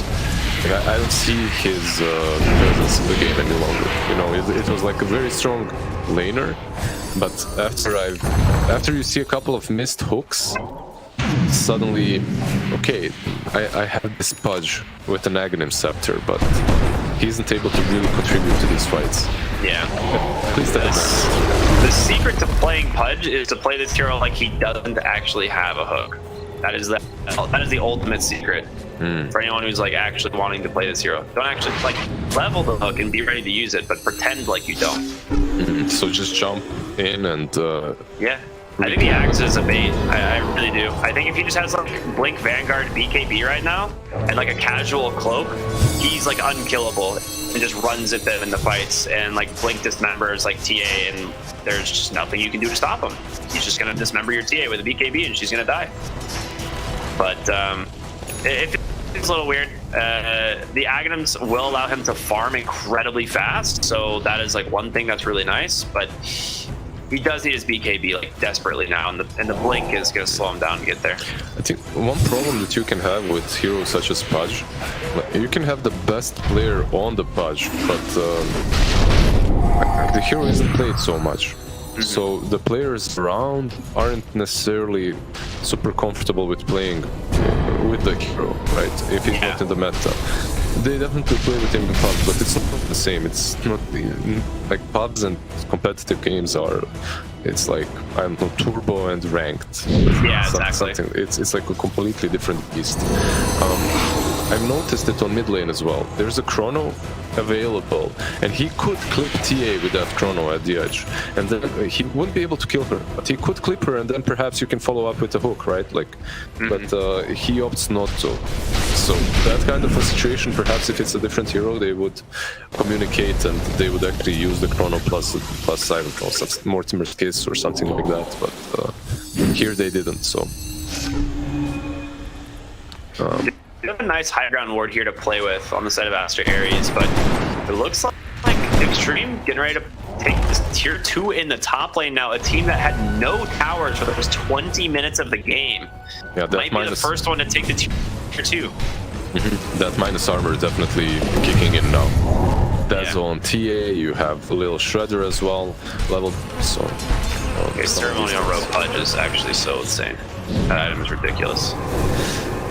It's probably the best on him, right? Like, he just it's go like in. That or Cloak of Flames are just like by far the best. They're so good. You can just walk in, turn on that rod. You have to. It just feels so good. I agree. This game into TA, like the Cloak of Flames is definitely better, so you can like burn through refraction faster and you get that 4 armor. But either way, it's like both are very strong. You're happy with either. What do we have? Do we have that Manta? We have the Manta now. Not yet. In 400 gold, he's gonna have the Manta versus all the silences. Also versus TA, right? Like, yeah. For the refraction charges, it will definitely come in handy. So they should be able to at least use that chrono on a bigger target next fight. And the DD. Bottle the DD. Yeah, perfect. They smoke up right and play it. They're actually not going to wait for it. They just want to bottom, it seems.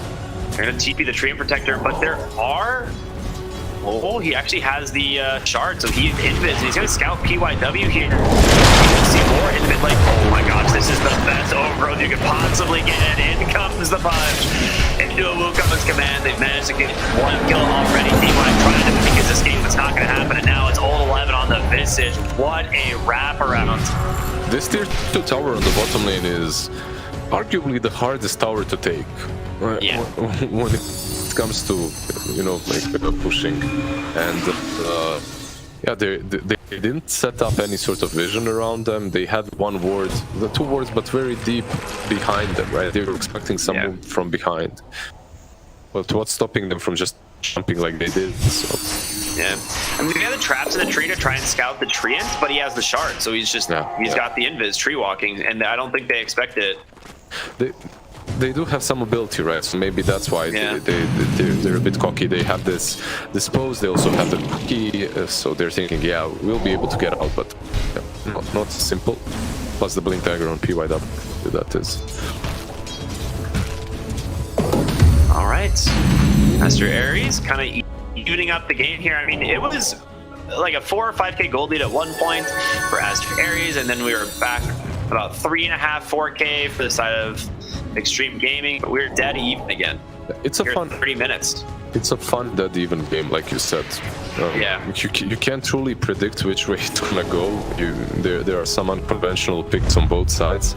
I guess what we're waiting for is this next rush. Well, XG isn't. They're gonna smoke up. Blue has nullifier now. Tree protector. Picked up by the water for kisses the blink. The dismember onto the puck, or pull onto the puck, and there it is. Faces Void, hits him with a chrono, but it's just gonna be death for this Death Prophet. Lou able to dodge out that hook for the moment, but that BKB, it's only got about another second left. He has got a big problem. He's got to get out of here and fast Hulu. We'll make some space, but we'll chase after Lou. No fast time dilation is there on the backside of the fight. It's going to be the Visage being chased out by the Death Prophet. Jumps on Hulu, takes down that Snapfire, and they will find the Visage as well. So it ends up being a 3 for 2. 2 buybacks coming out of Aster.A. This right before Roche. That's why it's such an important fight. Exactly, like buying back as Roche is respawning is always worth it. If you can win that fight around the Roche, that is. Now the question is, will XG try to defend this? There's no Dead Prophet ult here, remember, PYW. Nice. Ooh, Spider lady. Oh, he doesn't have ult. I was like, if he has ult, he just kills him, but... Well, he's not getting TP out. cancel. I mean, TK can just continue chasing. He's got the Primal Spring. Spider Legs on through, but TK gets the kill. Pudge was, you know, putting in a flesh heap stack maybe, but doesn't find it. But they're still... Meanwhile, Roche on. Exactly. They're taking it. There are traps possible, right? Who will plant some of them. So they get destroyed. Who takes shard here, do you think? Oh, Blink dismember the puck. The boundless strike into the overgrowth he gets. The patient off for the moment, and on the high ground, they will lose TK. The orb will allow him to escape at the end of the day, but Ulu is going to chase here. Pudge gets the blink forward on top of the Snapfire. There's going to be the coil. The nullifier is there, but you've lost Snapfire. An immediate buyback comes out from her. Gotta be careful, Pudge. He's still on the front line for his. He does have the BKB as well. He's just going to go in right after Old 11. But he cancels his own dismember for the damage from the TA. 2 Monk comes through. Death Rebel BKB TP home. Yeah, all things considered, they still have the Aegis on Void. They didn't use any big ultis on Ares, right? The shard, was it taken by Void or... Yeah, it was taken by him. He wanted to buy one and he bought it. I actually wouldn't mind giving it to even Pudge. I think it just gives the hero a different dimension. Like, not only are you extremely strong offensively, suddenly you have this ridiculously good dismember that can hit your allies and save them, so... All the chronos, and then she goes on the team. PYW blinks into the chronosphere. There's no save. The silence comes through as well. He needs to get out and fast here on the DBA, but the bashes, the exorcism, they drop the sentry. He goes down. PYW just right on the edge. An unfortunate mistake. Now they're looking for more. It's gonna be the Visage. The time dilation is there, plus the silence. The orb coming through though. They got him. Faces Void. He's got a Manta, plus an Aegis still. He's gonna burn it. They're gonna be able to keep themselves alive for now, but Old 11 in that stone form trying to get away. 3 heroes on the backside of the pit here. In comes Ulu, but reverse time locks himself to safety.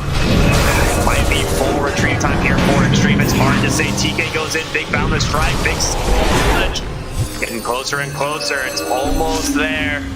And Ulu get his hands on any of these heroes. Still slams up, comes through off the mark. Ulu able to survive.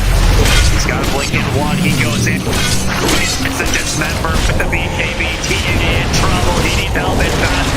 There's going to be the refraction, but it just gets absolutely destroyed. Puck as well. Will fall. This will be next. One by one, they fall. They don't have any buybacks. It's literally just on the Visage. Paparazzi as well trying to get away. Will he be able to? I believe he will. Right, the puck. I mean, it's hard to run away from Monkey King, but yeah, he's got a redone as well. He's still a puck. It's hard to run away, but he's still a puck. While all of this was happening, there was a ridiculously huge fight on the bottom lane. 1v1 next to the river, next to the secret shop. They agreed. It was Treant versus Marcy. I can't actually believe Treant won. That's so funny, actually. He actually managed to win 1v1, just punches, not more. Marcy punching him, he punching her. Really nicely done. I mean, I'm not sure if you saw Punch's damage in that last fight, but like I said, when you get to this point in the game where like you just have like 3 or 4 items, like this hero is unstoppable. He did 7,100 damage in the last fight. The next highest was like 1,200. It was really ridiculous. I saw it just going in and out. Paparazzi? Be careful. Wukong's man is there, but the Wonder Kisses will finish off the Monkey King. They committed a lot here going for these tier 4s. They have to stun down Ulu. He gets that man to the dodge, the stun, reverse time lock, and he's got a chrono. Pushes Will, he uses it, punches in. There's the chrono. There's your bonus damage.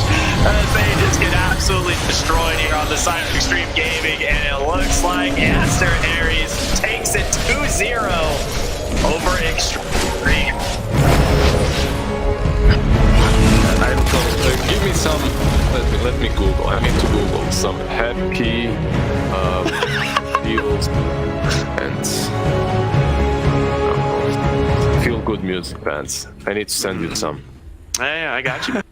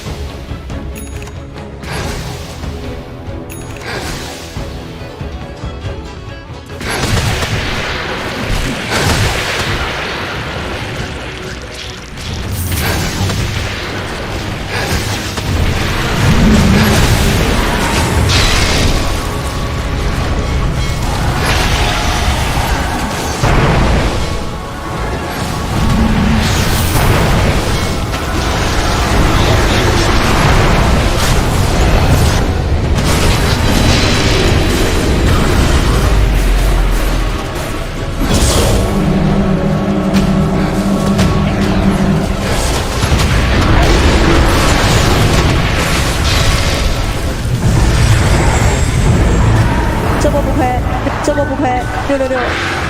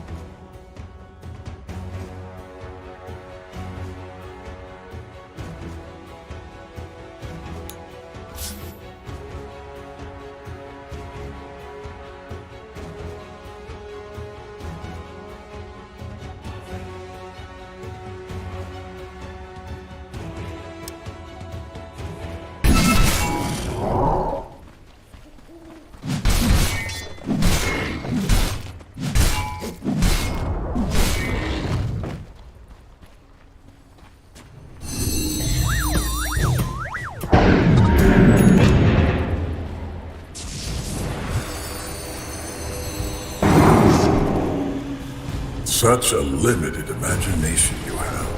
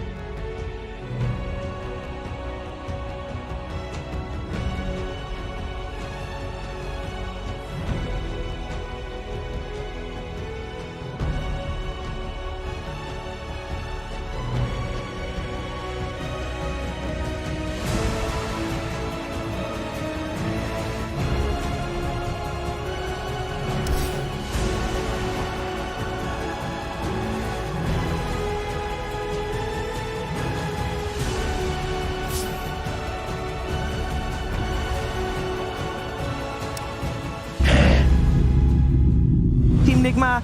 On the Radiant side, first pick goes the way of DGG, and we should be ready any moment. Is there okay, first question: are we gonna see Marcy first phase ban? Yes.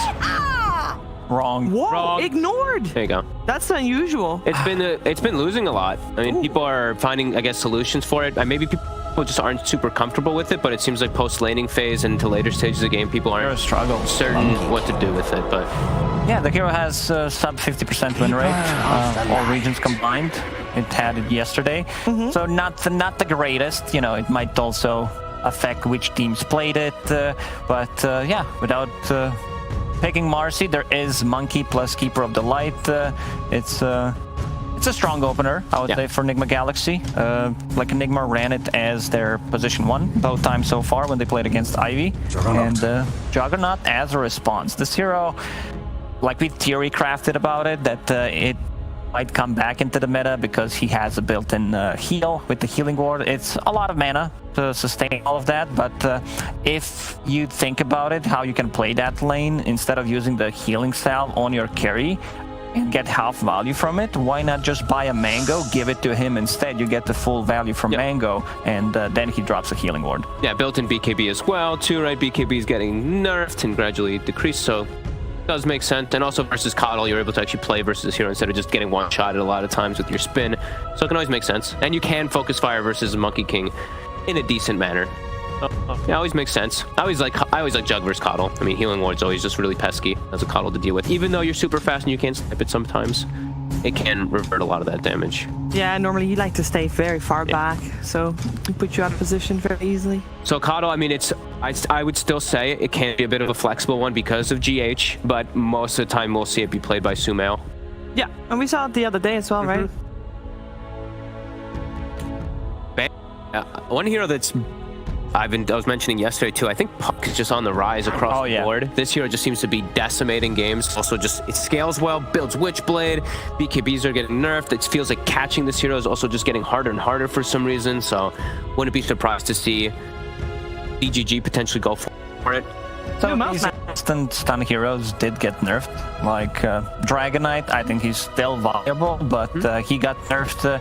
Sanking was very, very good in the 2 patches before. That hero is also gone. So, like, I've seen Pucks just dominating the games. I had a problem with the hero where the hero feels like very weak, and if he's off to a bad start, then he'll recover. Like, his damage output is kind of limited. With the Witchblade, it's fine, and if you don't have enough catch, that means he's going to be able to use his abilities and Witchblade on top of that multiple times, so makes a lot of sense.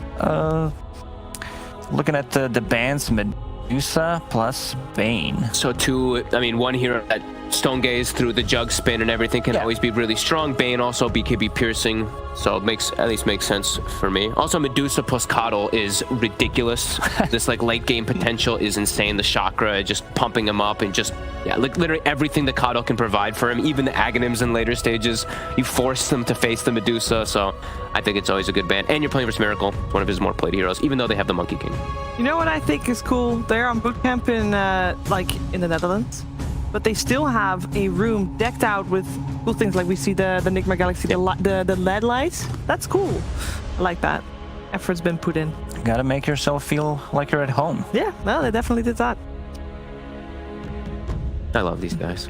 I don't know. Seeing GH giving the interview too just put a smile on my face. Yeah. They're all in a good shape. I think that also they've been training. Seems like they have like a personal trainer or something, and everyone is putting in not just work in Dota, but also outside of Dota, which is very important to be strong mentally.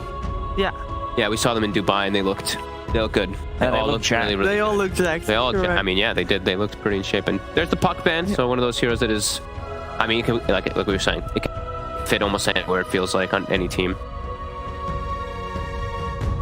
And that Coddle is still flexible.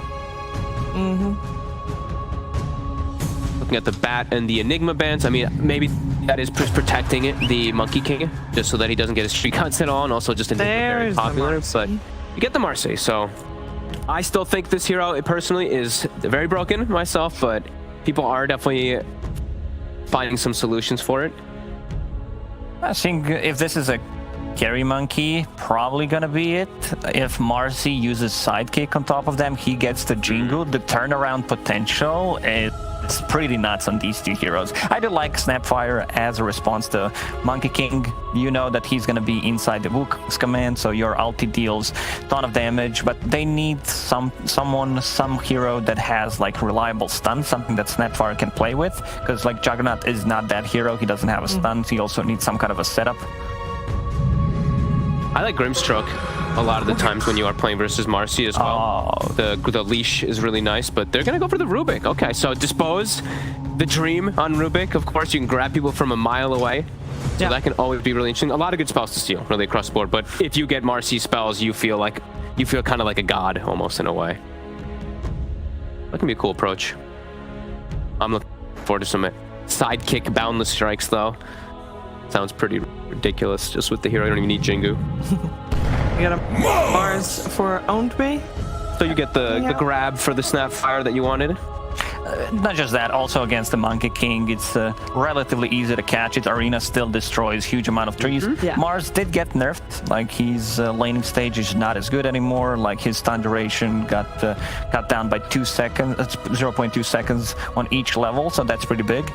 All these things really do add up, because it's also like, I was watching, I think, a game where I saw someone like spear to a wall, like spear to the Mars ult, and now that 0.2 seconds allows you to get unleashed from the wall earlier too, so you take less damage from the phalanx kind of beating on you. So all these little things definitely do add up, but Mars, yeah, really good. Gives them that team fight advantage that they probably want. Okay, and this is a great save. Like, I wanted to see this hero back in meta. He did receive a big nerf on a tag team. I think 25% buff. It was 0.4, now it's 0.5 slow, and also the snowball speed.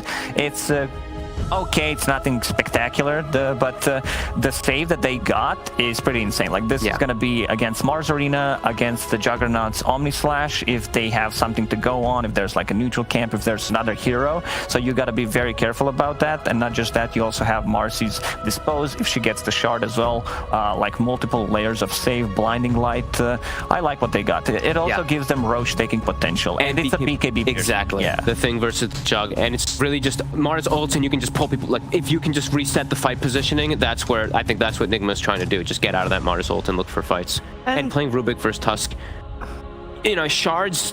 It sounds like shards is an okay spell, but everything else is pretty bad to steal. So Tusk has been buffed, right? With the tag team being buffed. Marcy's ultimate works with tag team. Yeah, that seems very strong. Usually Marcy's not really being played around her ultimate because she's being played support, but we have seen, I mean, Jin Q, I think he's doing it the right way when you play 4 position. You do the Blink, the BKB, the Basher, you're a scaler, but we have seen a lot of 5 Marcy's also, which I don't think you can go for that type of build as 5. With each game being played, when I see Marcy, I do tend to like shift my opinion a little bit more.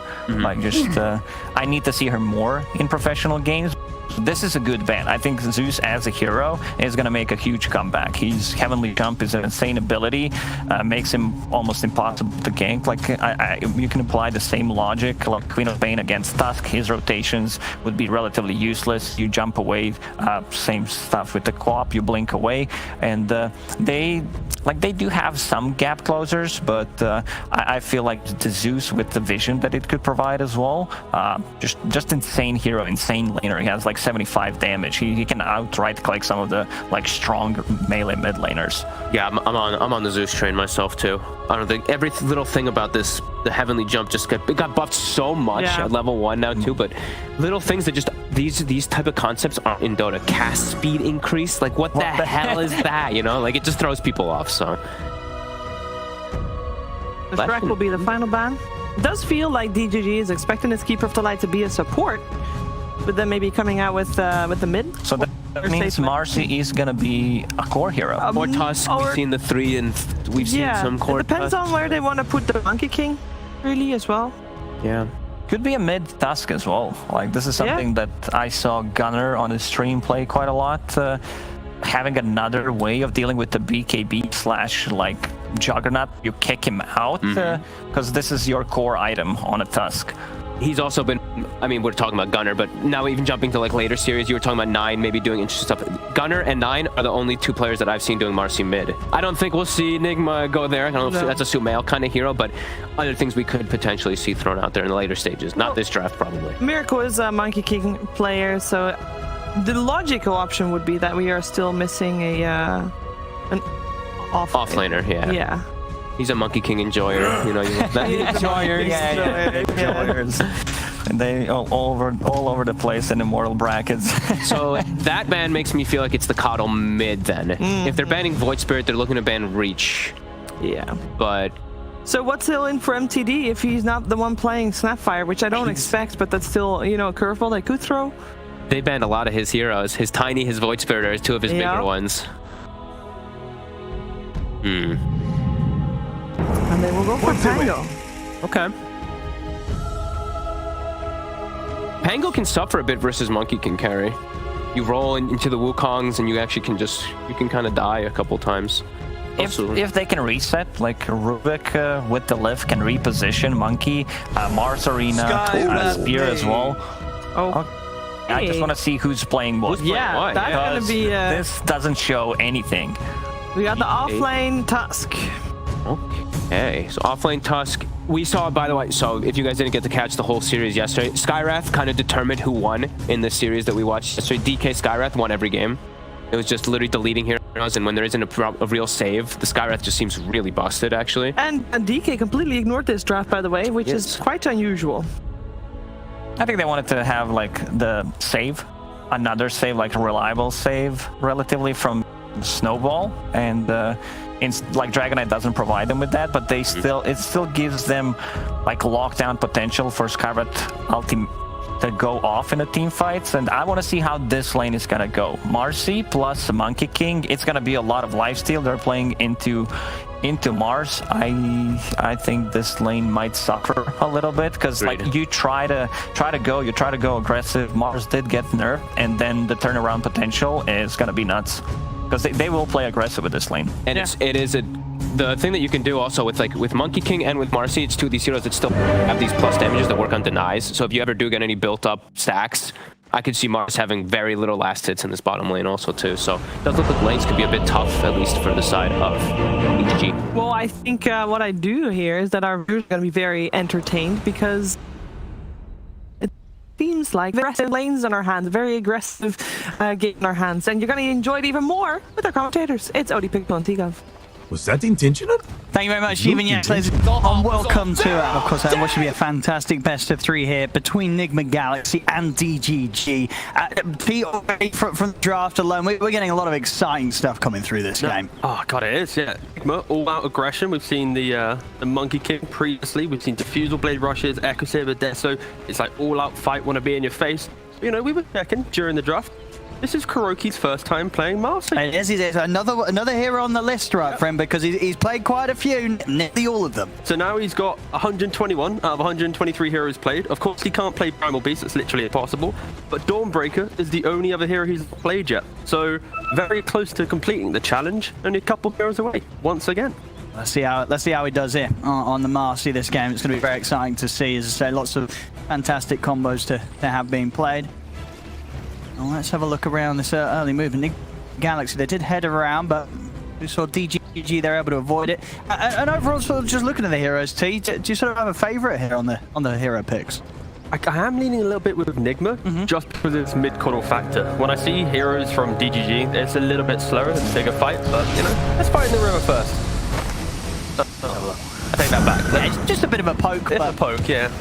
They're not going to get in on this. In fact, we're cooking forward. They're going to try and set up to get aggressive. Flips in with the Blade Fury. It's going to be very fire. Oh, it's going to save him. No, it's not. Loading, actually able to get that final right click in to get first blood. Their GH just getting a little too close, getting caught up by that Cookie Blade Fury combo. I mean, that's nice though from DGG. They needed to do this, but don't forget Nigma's first game. They were the 5-man underneath this bottom tier 1 tower diving, so that's simple response to dive themselves. I love this Dynamite here from Mind Control. Just triple triple gauntlets. He's all the strength here for this lane. He's going to be rushing those braces out, of course, as soon as he can. So he can just have the beef to fight into this Jug Snapfire lane. In fact, and that shards. What great cooking. Loading, able to make sure that Pleb gets back to safety and doesn't get trapped there by Mark Control and GH. I mean, the fact that Salve, of course, half duration. He's got his own Salve as well.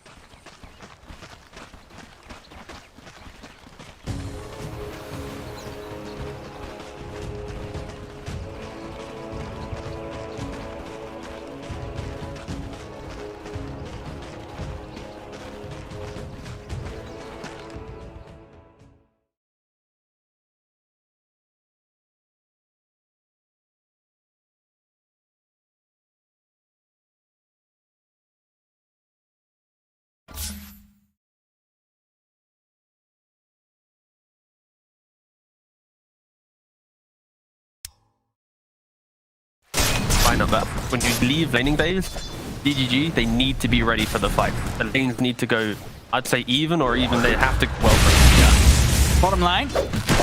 Even an aggressive rebound here from Kuro. He's going to be able to set up for the dispose on MNT.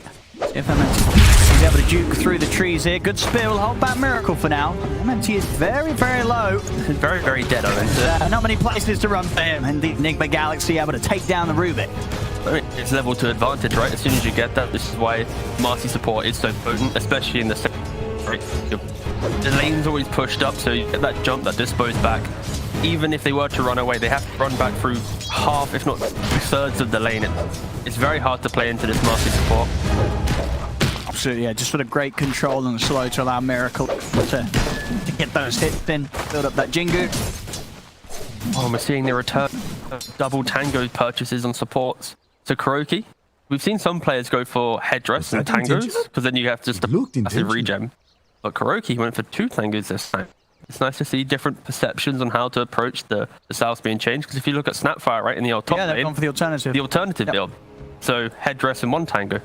But it will be interesting to see where it goes. I think I would probably favor maybe the double tangos, just because of having the casual headdress, what it builds into. It for some heroes might be a little bit clunky having it, but yeah, counter argue, it's 400 gold. It's relatively cheap, and this works better for. I guess the headdress situation is fine, right, for DGG, because you've also got a Jug with the healing ward. So between the headdress and the healing ward, you're not going to need those constant consumables. But giving away 2 regen on the headdress, I could easily see people wanting to buy this. Lane might really want to try and get that ward, but some good little micro there from Pleb. Some holding their cool there as well, loading, holding back on the cookie to take Pleb out of the shard. They're just able to sort of stand their ground and trade back. We've definitely been seeing, I feel like this Jug Snapfire lane is not a bad answer to the Tusker and the Skyra. You know, little sort of plays like around the cookie, getting them out of those shards. Makes it kind of opening the Galaxy to get the kills that they have hope for in this lane. Yeah, it's a really fun lane just in regards to both lineups have ways to counterplay each other. Yeah. Be it the Snapfire cooking out of the shards, be it the Tusk jumping inside the snowball to dodge the spin damage. If either team steps up and kill threat, so it's a very like mechanical lane, like who actually makes the mistake first. Bottom lane. Fighting. Good damage there down onto MNT and owns me. Quite enough to finish off the job. Overall, actually going to go back in. Another rebound in from Kuroki. They'll be slow onto MNT. Miracle diving in for this one. He needs one more hit to get the kill. There it is. Miracle's able to get that one. He's going to get a bit of life steal here to survive through the tower hits. And sort of live on the edge there, making sure that he's got he's going to get the setup, and he's back up to full HP. Jump forward. Enigma Galaxy doing an excellent job here, the two of them. The Marcy Monkey King lane looking very good here from Miracle and Kuro. Unfortunately for them, I don't think you respect the cooldowns of these spells. The safe lane combo, you know, it's like 15 seconds kind of cooldowns for all these spells. Obviously 28 for the... I mean, look at this, they're ready to try and go again. This time round, Kuro not quite able to get in range with the rebound, so still able to get the pick up with the dispose. Has to be very careful himself there. Kuro only just able to walk away live with those stick charges, saving him. We're very lucky to not in rebuke range. If he got rebuked and speared, 100% would be dead, but I love the aggression though. This is kind of what you want to see. In the mid, Sumail. Try and go for MTD, but had a fairy fire at the ready. Firo's actually getting very low in the lane. Sumail, of course, still at the top. Yes, just able to clean up the way. And all bottom, back to bottom. See, this time Kuro does go down. Miracle's able to find anything return. He's very, very low himself. He's trying to stay on top of MNP. Will manage to get the kill. See if he's able to walk up from this one. Back over in the mid. Sumail able to find that solo kill. Takes out MTD in the mid match. Now hit 6 and just big wave into blinding light, was able to get him off. MTD was pretty much on, I think, half HP during engagement. This is kind of the fact that, of course, Sumail mid, on yes, his small camp's also been blocked this entire time. He's not even been that efficient, just because he's not access to the jungle. Top man, mind control. The healing ward still up the entire time. Hey, Fury, but he's getting enough damage getting these kills, and Play's having to go pretty deep for this one. He will get the kill. The blast connects, pulls it from the tower, and that will take him out. That's rotation from Sumail there. Very aggressive from Pleb to get that kill. Really tried to force it. We'll see the earlier kill in the mid-match 1v1 earlier on. Good control from Sumail, getting MTD back in the blast. Don't worry, that was a nerfed Coddle. Don't forget, level 1, 2, and 3's 15 less damage. I don't think that was a big enough nerf, unfortunately, but still. Down bottom. Ooh, the rotation for GH. Tried to come in to look for a kill. Kuro nearly had the setup, but a good Gotcha rebuke knocked him out of sort of the him from the rebound that he was looking for. Yeah, this is kind of the point where Enigma, at least in their previous hit, they would try and break down the map a little bit more, right? You know, minute 6 or so, this top lane's already pushed into mind control. Sumail, he's already hit his lane. He has the ability to take moves. The rest of the team, they kind of group up as 3 and take the fight. Like, he's super hungry to find kills now. Getting a good early lead on the lanes, Enigma Galaxy. Already a 2k lead.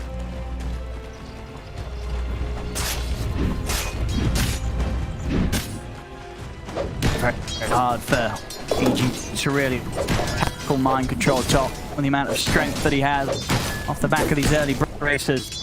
Okay, he did do 2 in a soul ring.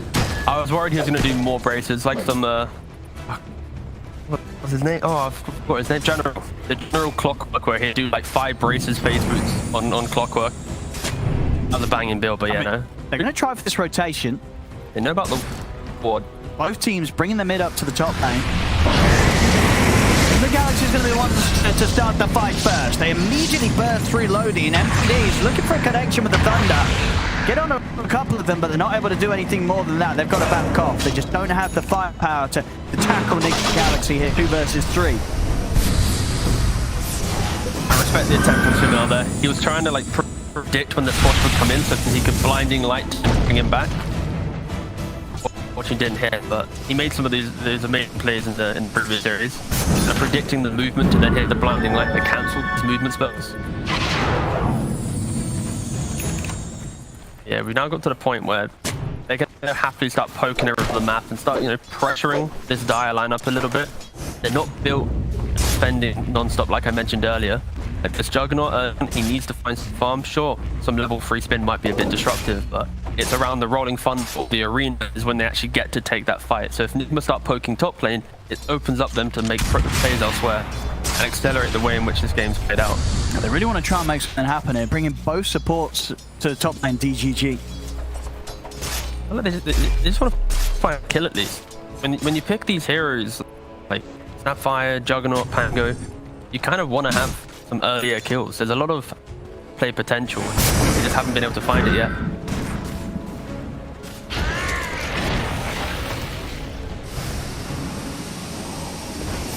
Back off. They know that, especially with Sumail hanging around this top part of the map. Hard to make a move.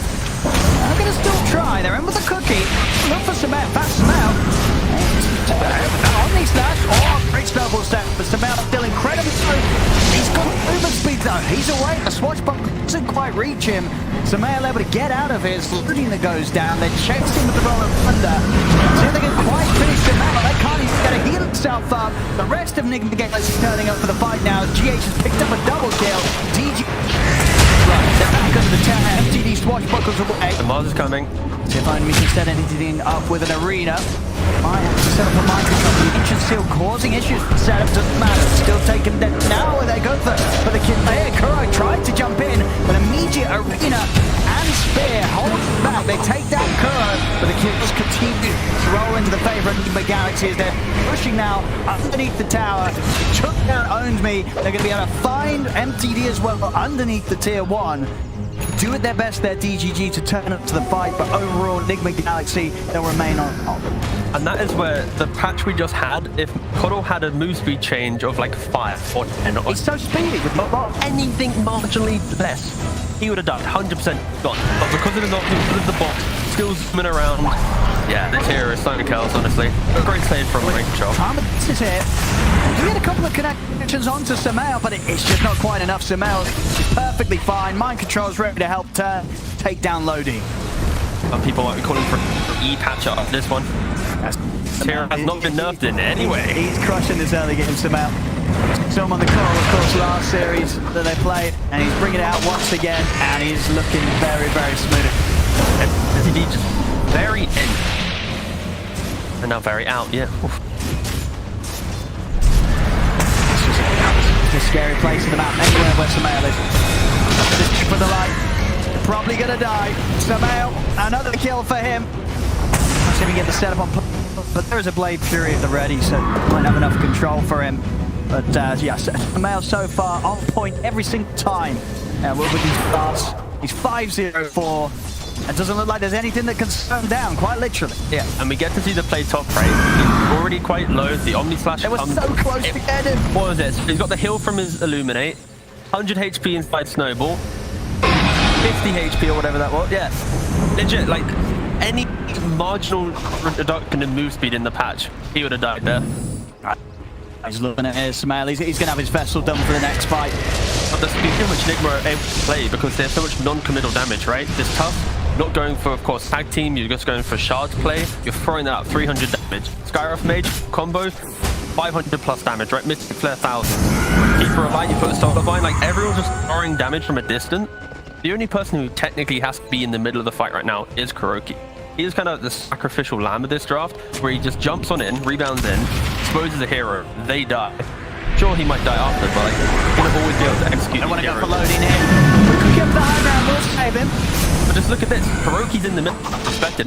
Look, everyone else, just throw spells from a distance. Like, it's really hard for Enigma to actually die right now in this phase of the game, unless they're running up into the high ground areas, running up into air region, and they're playing around that. They're just playing on their side, getting a couple kills when they can, and yeah, it's really effective play. I really like how they're using the heroes right now. I mean, and when you look at the heroes that DGG have and the potential for item pickup, is there any sort of point soon that we're going to see where DGG will have some sort of means of dealing with some in these team fights? Yeah, with every aggressive lineup, the counter is pretty much just buying the time, getting that one tanky item to play into. And when you have Mars and Pangolier, if they both pick up like Blink Dagger, a BKB on Mars, Enigma will at some point make that mistake, run into an area where there isn't vision. You hit a 2-3 man arena, you catch the backlines, you say Rolling Thunder, the Coddle, right? Lock him down. You're going to be able to kill him off. So, unfortunately for DGG, there is a timing, be it the initiation Blink Daggers. But if they don't execute the fight perfectly, they don't get that lockdown, get that kill, and buy another couple minutes of farm, it's going to feel so much worse because you have Blink Daggers, you lost the fight, and then your opponents are picking up Echo Sabers, BKBs, Orchid, like all these bigger ticket items. So I think this is a very fragile point in the game right now if you're Dire. They need to find that one counterplay, that one position in which they can actually cleanly jump and get some damage out. Mortimer Kisses on top of that double blink like I just mentioned.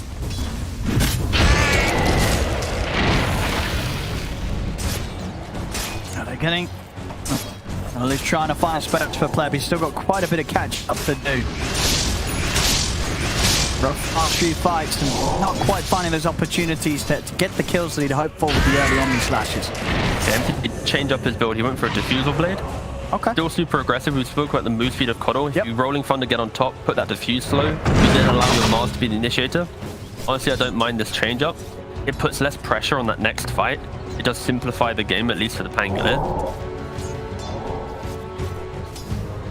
So once the Mars picks up a blink, they'll probably be looking for that fight. He's about 200 gold away. And then we imagine as soon as it's there, we'll get instant smoke up from DGG to look for some action. Either a smoke or at least the Mars doesn't show on lanes, hide the blink dagger for a little bit. Okay, well, in the hope Enigma then comes in for the play, yeah. But that's still very hard because at mid 15, you should assume that a blink dagger is on the cards or it is completed. The Mars.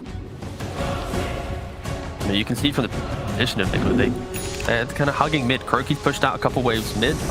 He hasn't really been farming too much, but it's Mage. He doesn't really need the god. He's also rushing a 4-star here. Very sacrificial position 4 in this game.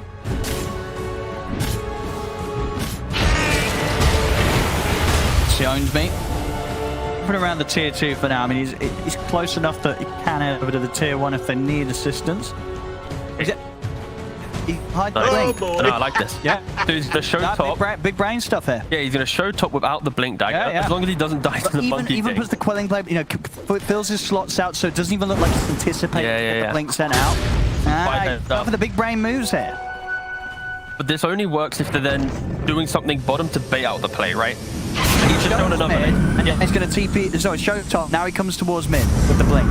And he's going to smoke up. All right, cool. That was a nice little setup. If this works out, that's going to be some big brain stuff from DGG.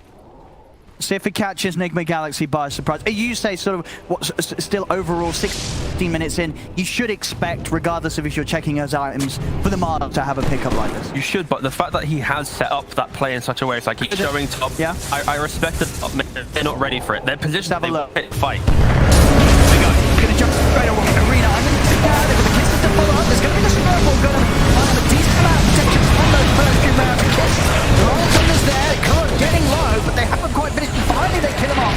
They got the 2 of them, and they did get Samael. So DG's getting a few kills out of this, but it looks like, I mean, who's going to get the cleanup? Mind control very low. He's got another round of the snowball. He'll turn over towards loading with this.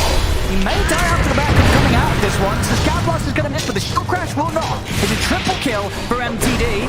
DGG considering continuing this fight going. They've still got 3 versus the 2. Miracle will be able to turn with the Boundless Trap, but he's been disarmed. Telekinesis, they'll jump forward onto him. He's getting fully controlled. Boundless Strike. They take him down. Swashbuckle will connect onto GH. Got anything else to catch him? Have another round of the Swashbuckle in a couple of seconds, but Cruz coming back into the game. MTD wants to try for this, but he won't get the angle. I mean, still overall, the DGG, it worked out. It did. I'm going to give it to him. The big brain stuff, we'll give that a 5-head play there from Owns me. Yeah, I think the unfortunate thing for Omi there is his initiation. If he was able to spear the Tusk, it would have opened up the fight a little bit better, not having that save. But in principle, going to top wave, showing without the blink dagger, having on your Fury, TPing to bot lane, kudos to Nigma at least. Miracle very quickly TP'd into the engagement. That Wukong's, the snowball save, of course, opening up the fight a little bit longer. It did make it a little dicey. A beautiful amount of RNG here with the disarm into another disarm to help keep the Monkey King out of killing them all here. But yeah, overall, a banging setup for us to put it worked out. It was a bit messy, as you say. Sure. It wasn't perfect, but it was definitely well done there by DGG. But again, this was an engagement where your Juggernaut, he didn't get off an Omni Slash. He's only a phase boot. Like, he has Maelstrom, it would have done something, but yeah, like your Juggernaut didn't really do anything in the fight, and you still got into a pretty winning position. But it's all credit to the setup of that play, the smoke, the movement, the baits. No, I respect that. Because that was a moment for Nigma where they wanted to group up, they wanted to be on smoking and being proactive. Mid mind control. They show him stuff. They get the spear. They're going to come in for the kill. The kisses. They drop the kisses to get it, and it will click out. They take down mind control. DGG, they get the kill. They just want more. I think they do. NTD's ready to roll in. He's got blink and defuse. He's going to be able to get the catch onto Kuroki. Okay, still got the rebound. He's able to jump to the safety underneath the tier 2 tower. And DGG getting aggressive now.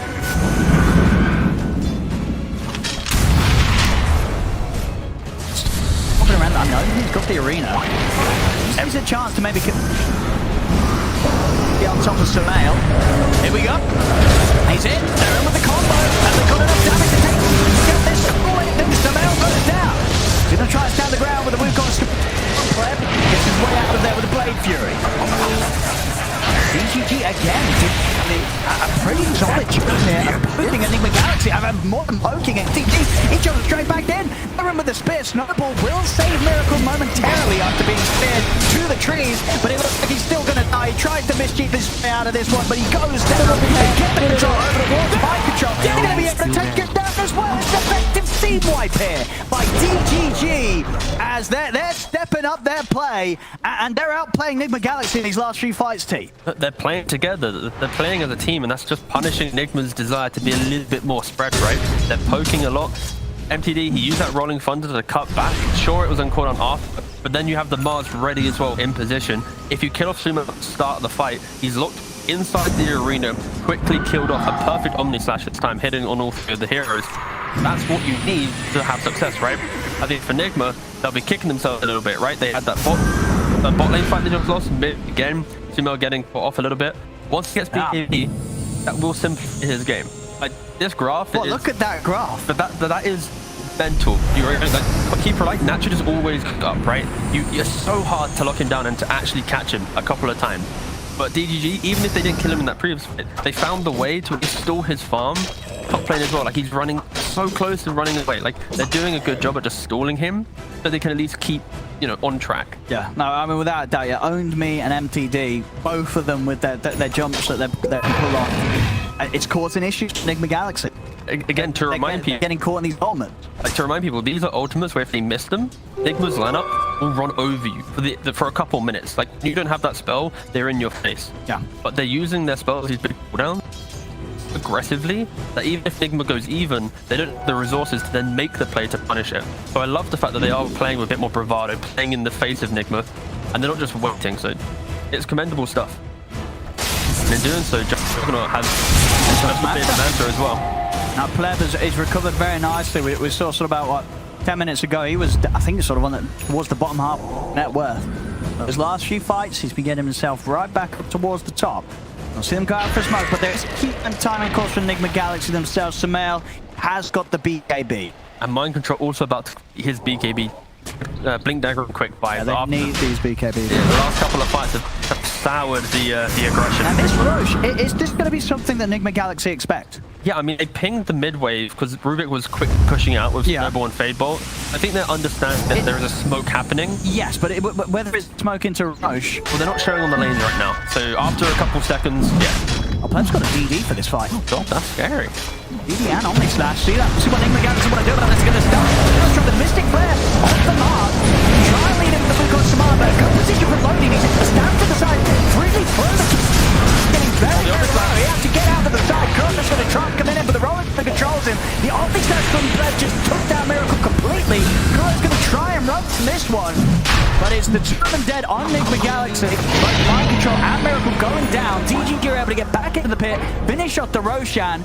They got what they can. Enigma Galaxy not able to do anything about that. Good job from Own Me, also catching Kuro on the retreat. DGG, they're getting further and further ahead. They're pushing back against Enigma Galaxy. I love the calls they're making right now. Go towards Roshan, they're forced Enigma to come and contest. And in doing so, sure, you get the lucky RNG, but Miracle starts with the Boundless. He gets into the middle of the fight, but in doing so, you've now put yourself in this position where the Omni Slash with DD, it goes on to the Keeper Light, and then the Monkey King. Tough, by the way, reminder, he doesn't have a BKB yet. It was in his courier. Monkey King as well opted to go for the Desert instead of BKB. Wouldn't have helped against Omni Slash, but they forced this fight when Enigma wasn't hitting a timing. They were like a minute away from being strong. And going for Roshan, taken away from them. Again, the last couple calls have been very good from DGG. They needed to make these calls to get into this game, and yeah, impressive stuff. I mean, at this stage now, you know, Plaid and MTD, they're getting very nicely farmed. You know, Miracle and Mind Control falling behind a bit. For Mind Control as a Tusk, he's going to fall behind right unless they're finding action, finding kills. This is not a hero that's easy to catch up on by hitting neutral creeps or AFK farming. And then for Miracle, it's still a dangerous world out there, right? He has this Deso, but of course, before the BKB's done, these fights are not going to be easy for him to turn up to and stand his ground with the Wukongs. Yeah, honestly feels like Enigma's going to shift their playstyle a little bit more into playing a bit wider on the map, playing the side lanes, let the Monkey King go to one lane, keep Pro Light, quickly push out the other. And in doing so, they'll always be ready to at least take the fight, but ideally, it's a little bit more stalling until the BKB. Unless Dire present themselves a scenario, which is like such a clean and obvious fight, Miracle, he has to be careful here. These are the types of points in the game now where if DGG, they smoke to find the Monkey King, they don't find him, and Miracle's continuously farming, that's when like the game comes back more even. Like this advantage that they built could easily throw it away with some 5-man movements that don't really capitalize on anything. Actually looking for the fun. Let's see if he can get that loading, but MTD's going to try and help him. He's in with the Rolling Thunder, doesn't matter, loading goes down, they can't save it. Lines player charges in, takes down Kuro. He's been caught by inches here, but of course he has got that Aegis. He's going to be back for round 2. Kuro opting for the buyback, but he's also taken out Stepon back as well from GH. Enigma Galaxy trying to turn back up for the fight to turn this one around. It's in the little chase here, Samel trying to attempt with the control on Owned Me. They can take out the Mars, Owned Me trapped here by the shards. He's got nowhere to go. He'll stand behind, let himself be taken out whilst the rest of DG just look to retreat in response to these buybacks from Enigma Galaxy. Some people might question the buyback, but I think for Enigma, they're going to be happy that they were able to win up the Aegis way. That was the Aegis that gave DGG confidence to move around the map. It gives them an entry into just playing the wider map, right? Unfortunately, that ward will be instantly dewarded though from Lodine in the top lane. So no vision advantage from this aggression. Yeah. Look at this from Enigma Galaxy as well. They're going to smoke up straight away. They've got a good window now without Mars in play. They want to try and get another hit. Oh, MSD! My goodness! He is in. It seems he's going to have any chance to get out. He's not. He's definitely dying for that one there. And this is what Enigma wanted to do, you know, like 10 minutes ago, right? If that smoke from Mars and Blink Dagger shenanigans didn't happen, these are the plays that would have happened from Enigma. You're forcing a fight, wasting arena, then moving quickly across the map.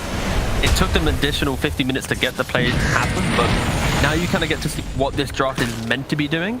And it's now on DGG to stabilize themselves once again, get the respawns, get themselves back into position to look for the fight.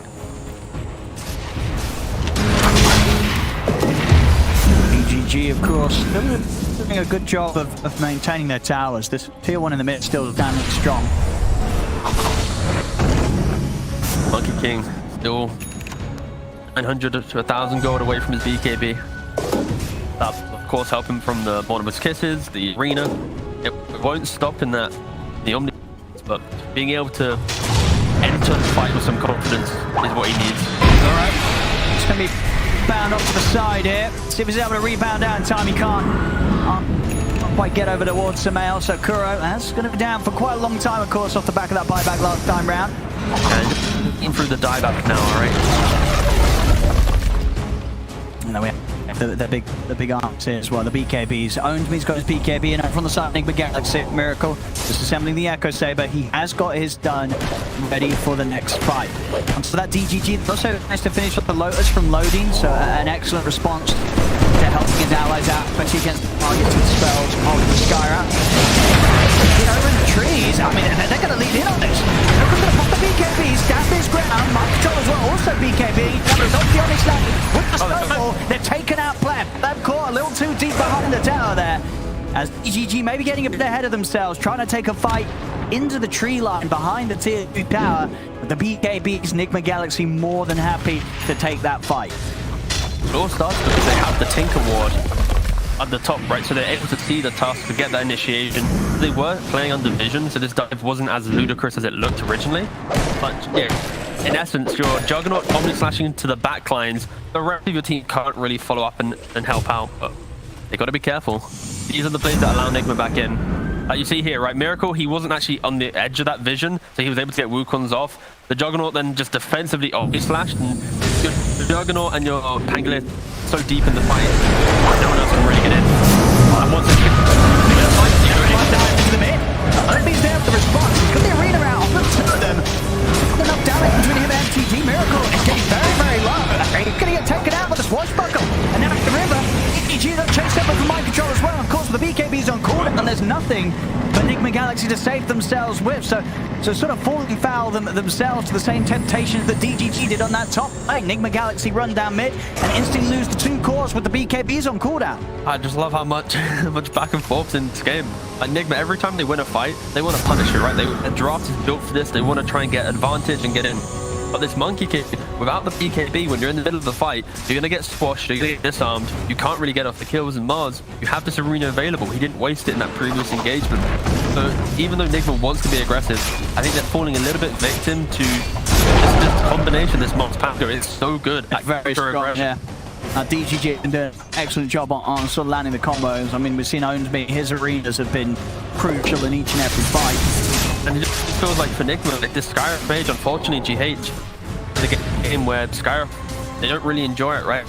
The Manta on Juggernaut, the Lotus on Snapfire, BKB on Mars, BKB on Pangolier, like every... Sorry, the poor production for every hero here, but every hero basically has an item to go Skyrim if you're not even here anymore, right? Like, they've fully removed one key aspect of the game from Enigma. Their only way to enable Skyrim Mage now is to initiate blindly, get the jump, be it the Tusk or the Marcy, and allow for Sky to pump out the damage before these defensive items come in. But yeah, and it's difficult. Yeah, for sure, because it's, you know, you would think sort of in a patch, right, where you've got those longer cooldowns on the BKB, that maybe there'd be more of those windows for them to sort of find those fights where GH is able to get in and do the damage. But the reality of it is when DGG's BKBs are on cooldown, so of course Enigma Galaxy's cores. Yeah. So then you're suddenly looking for these situations to take a fight. And if you sort of look at the whole lineup, if both teams, if you can sort of imagine that both teams don't have BKBs available to press on their cores, you probably favor the heroes of DGG, right, in a straight no BKB team fight. Yeah, I would. And also you have to respect the fact that what lineup has the better ability to poke out the BKBs to enable that fight, right? For Enigma, they got Monkey, Marcy, and Tusk are their primary initiators. All of them, once they jump into the fight, they don't get back out, right? They're blink punching, or they're rebounding, or they're springing it. They don't then have the ability to then, whoopsie, I'm now back out, haha, you wasted BKB, right? Unless Monkey's like some god in out type situation. Teams don't normally fall for that. On the flip side, for DGG, they've got this Rolling Thunder, which is the key kind of opener to every fight. He just rolls in, he puts a hero to half HP, he forces out a BKB if he jumps the corner, let's say. They reset, and then suddenly the Mars takes the lead on that initiation. So I think in the mid game, who wants to use BKBs better? If DGG are able to actually utilize their spells a little bit better, it's so much easier for them to actually open up an advantageous fight.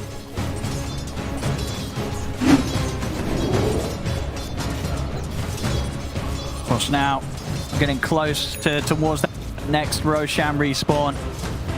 Last time around was a bit of a tricky area for Enigma Galaxy to fight in. So if they go for it again, it looks very much like DGG are going to hold back until that Roach is available. Will be the next player they'll look towards. I gotta say, it's really annoying saying DGG every time. I've tried, alright, I've said die a couple times, but my god, DGG. It's got a nice ring to it. DGG.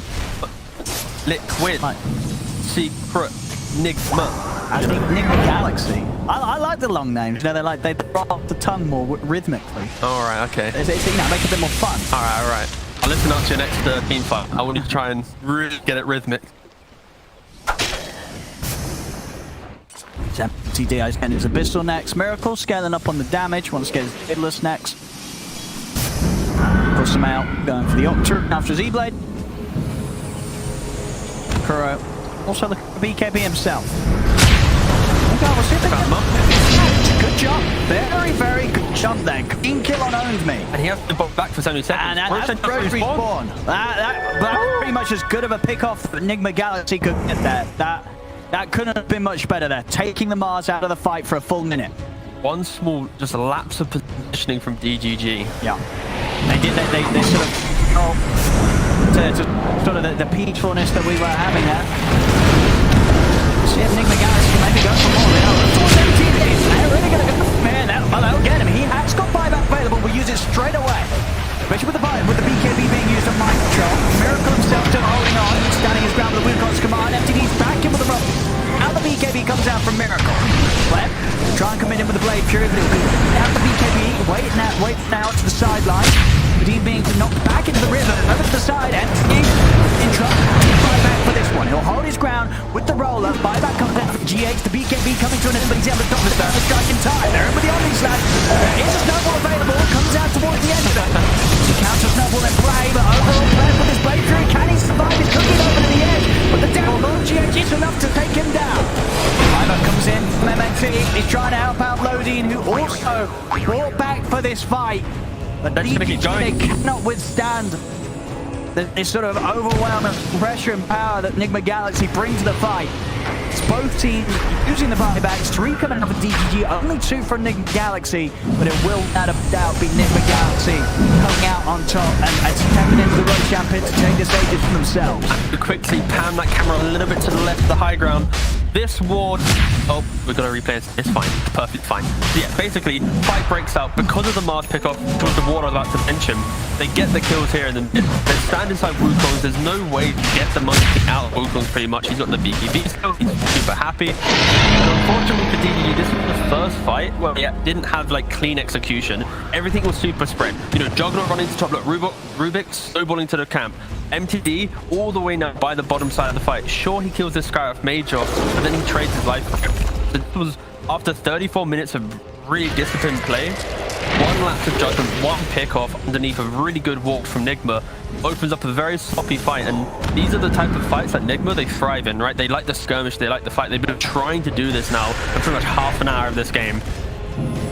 And it finally all clicks. I think it was maybe a bit of an awkward time as well for MTD to blink in. I think if he hadn't blinked in, they might have struggled to find a there we go. Target. That's the one. That was available. That was the reason why they saw Mars. It wasn't placed as Mars was in the river. It was already preemptively there. So well done, Kuroki, as he's even hidden behind the trees.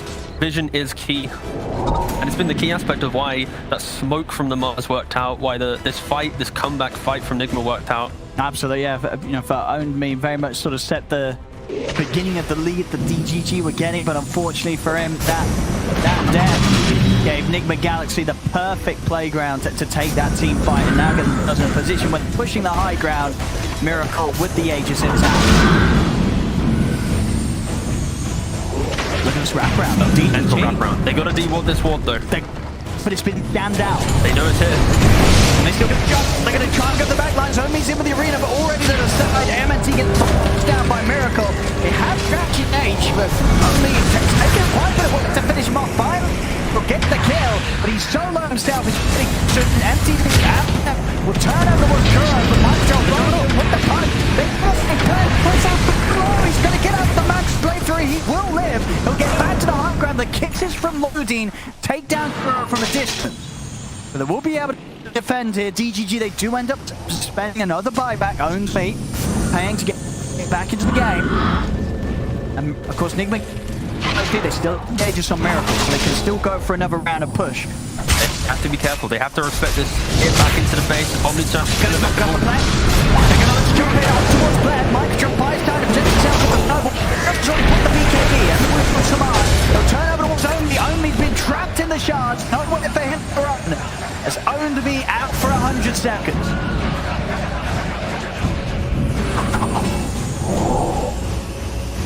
Number 25 on Miracle. We saw that with that Wukong's. They love the Aegis though. See if they can quickly take him down. The walk once he'll be protected by the Ethan Samael. The decent amount of heal off with the boundless strike. He gets caught up. Swashbuckler. That's the Aegis out. There's without their two supports in Nigma Galaxy. He's able to get the Omni Stack off. He turns over towards Mike. They got the lift up as well to make sure there's no snowball to keep him protected. And DGG don't ready for it. They could either blade through it. Oh, Miracle. They're trying to protect him with deep breath. They need one more. They'll put it back for running. The big even himself like Miracle. He's living through it all. Turns around. Takes down MTD. Miracle survives. They couldn't quite kill him there. Samael with that E-blade making sure that there was no further instances of right click to take him down. And that fight, that's at least going to secure them a set of racks here. Maybe more. And DGG, they're out without buybacks. God damn, these fights are so close. The heals from Sumo, the E-blade, a couple little mischief dodges here and there from Miracle. This relentless aggression, they finally broke down the confidence of DGG, and it is showing. Just, this was an absolute scary fight. They killed off the Tusk as well.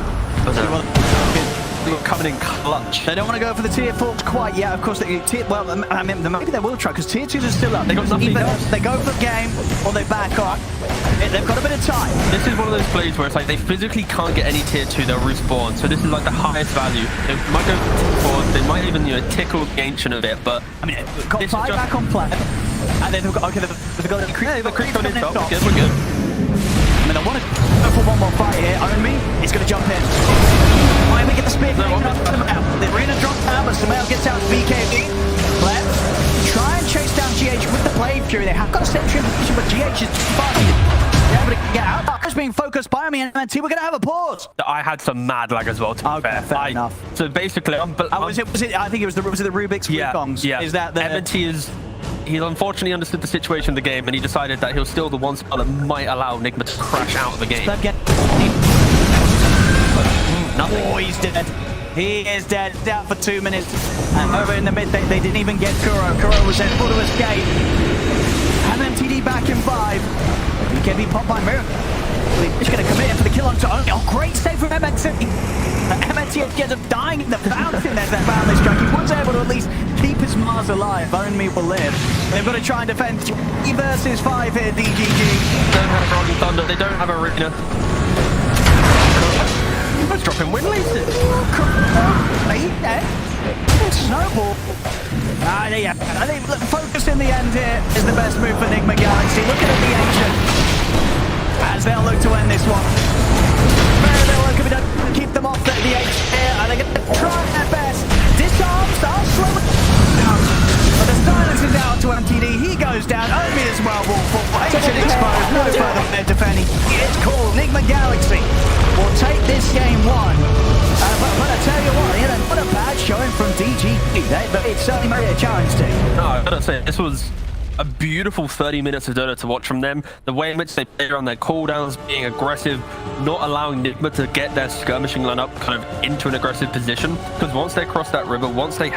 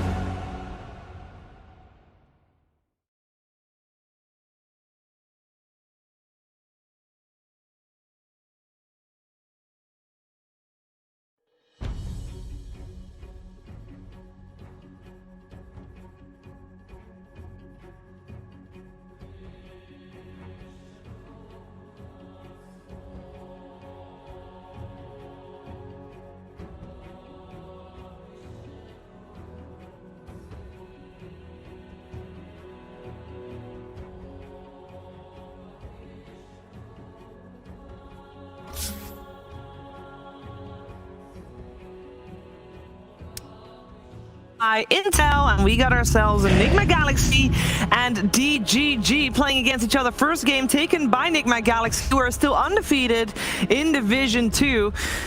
Was a close one though. So looking forward to seeing what happens in game number 2. And of course, after every game and you win or lose, you're gonna wonder, what should we change for game number 2? What should they change for game number 2? I don't think they should change anything, actually. The lanes went a little bit rough, but it's just like the mid-game decision-making is kind of what I feel like lost the game for DGG. I think they had a really good shot in this game to just win it after they won those like early mid-game team fights. Yeah, play like you played against any other team previous tour. Don't let this get into your head.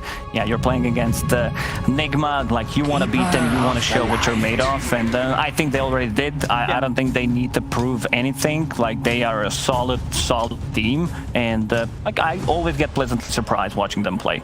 So DGG, they're gonna steal away Keeper of the Light. Sumail did have great performance. He's like, oh my god, what am I gonna do now? What am I gonna play? Like, this hero's OP. We can't counter it. He did come in clutch at the end there, of course, in that game. The E-Blades and stuff like that, the little saves that he did, maybe even saving the game on Miracle. So this does seem to be ridiculous, and they're gonna stick with their Monkey King. They really seem to like it. I think it does look super strong. Sustain in lane is super cool, and he do scale very hard. Snapfire, another hero that I looked really good last game. Honestly, he did have a pretty damn good showing, Lodin. Yeah, positioning was top tier most of the fights for the Mortimer Sisses. Can always be nice versus Coddle because you just have that reach in a way. Yup, your Monkey can get in position too. Yeah, I mean, I always love Snapfire. I don't think there's like any game where I'm like, no, it's this is a bad Snapfire pick. You know, that's very rare that you see games like that. Like, we play too much together. Yeah, it's just like we have the same opinion. It's like having the same person pretty much on the panel. We disagree on Marcy a little bit, but we'll see which way it goes in the end. Which way did the previous game made you sway for Marcy?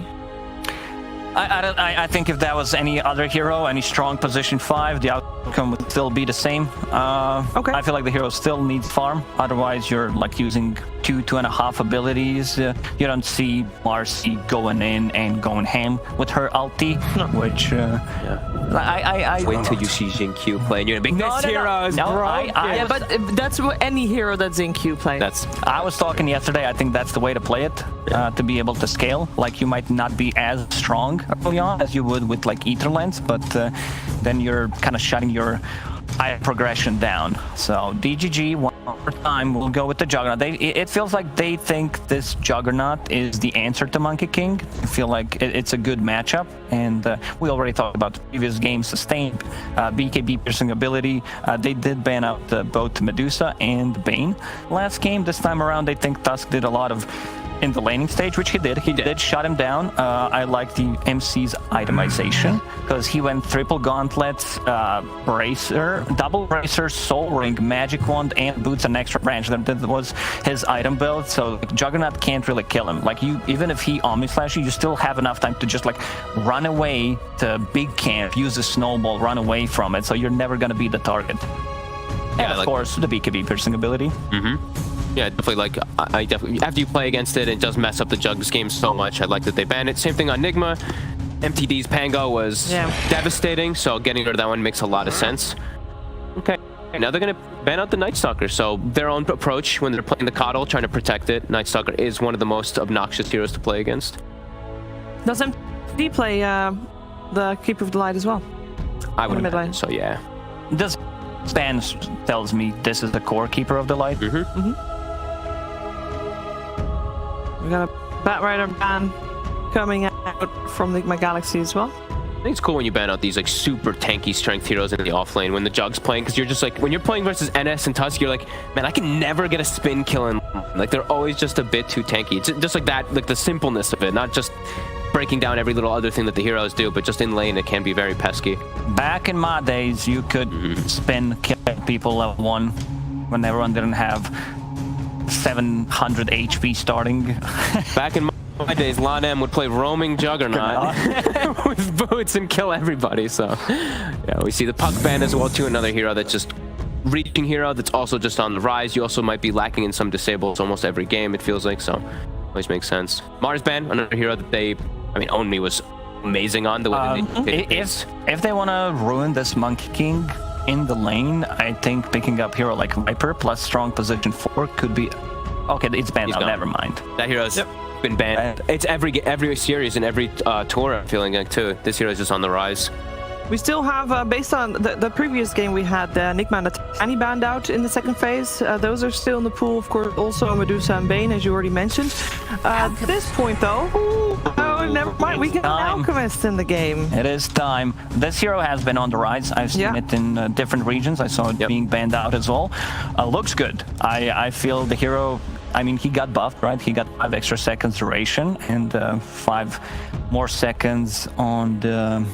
cooldown. On the cooldown, yeah, but that's a buff in the end. Absolutely. Yep.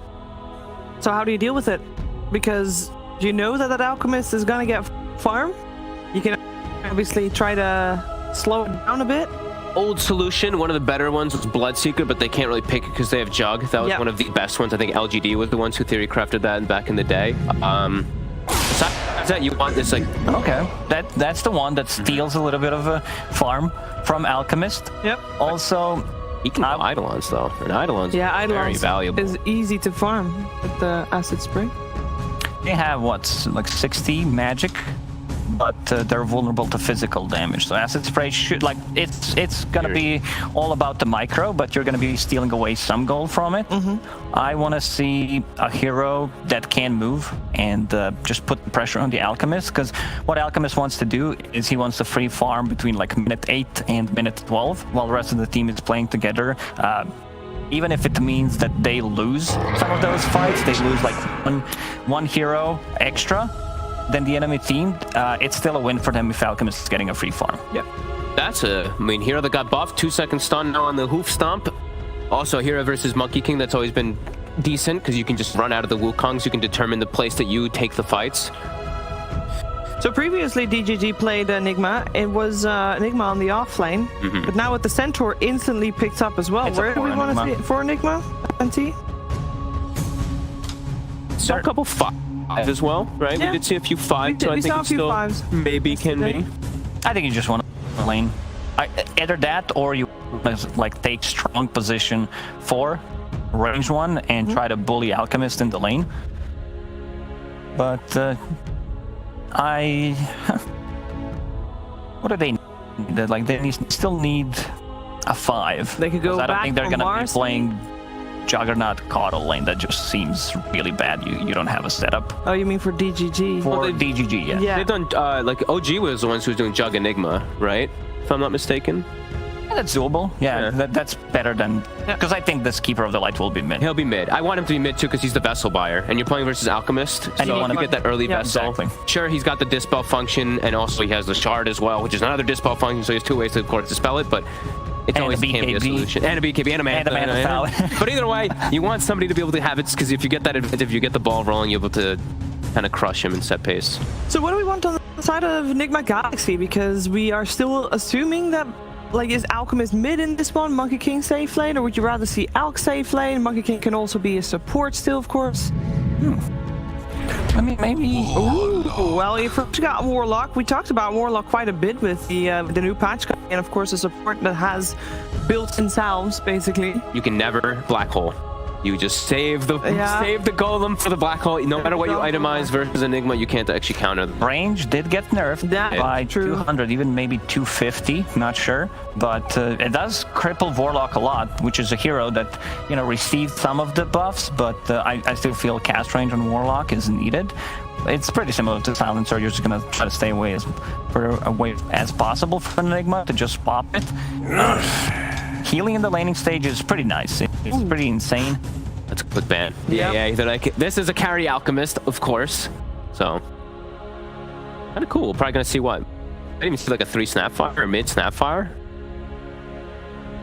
And then what Monkey King potentially support as a 4 position.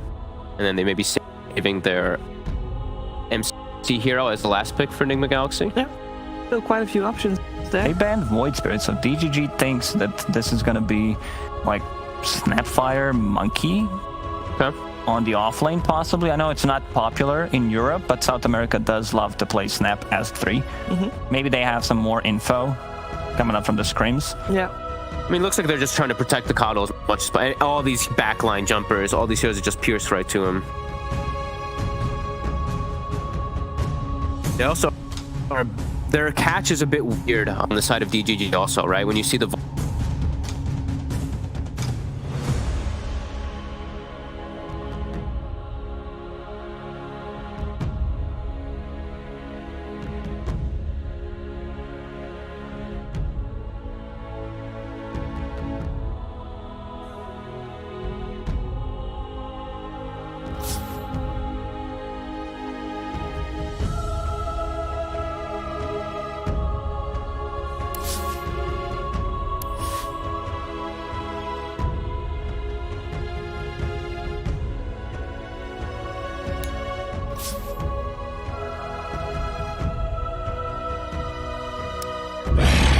There is. I mean, I don't think we're gonna see too much in terms of Black Hole early on from Enigma. There's one Frosty support hero left, by the way.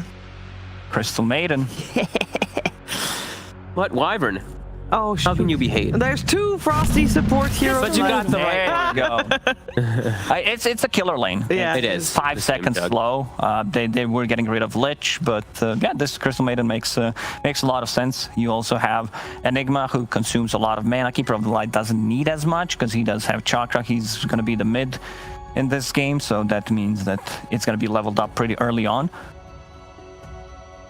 Now, but the stuns, like, there's the one thing about this is, like, Enigma and Crystal Maiden, Alchemist can just pop ult and he removes both Malefice and the Frostbite from himself. So he actually has a lot of different ways to play around this, even pre-BKBs and Mantas, etc. And even if he does get the BKBs and Mantas, now he hard counters all of those disables besides the Centaur that is on the side of DGG.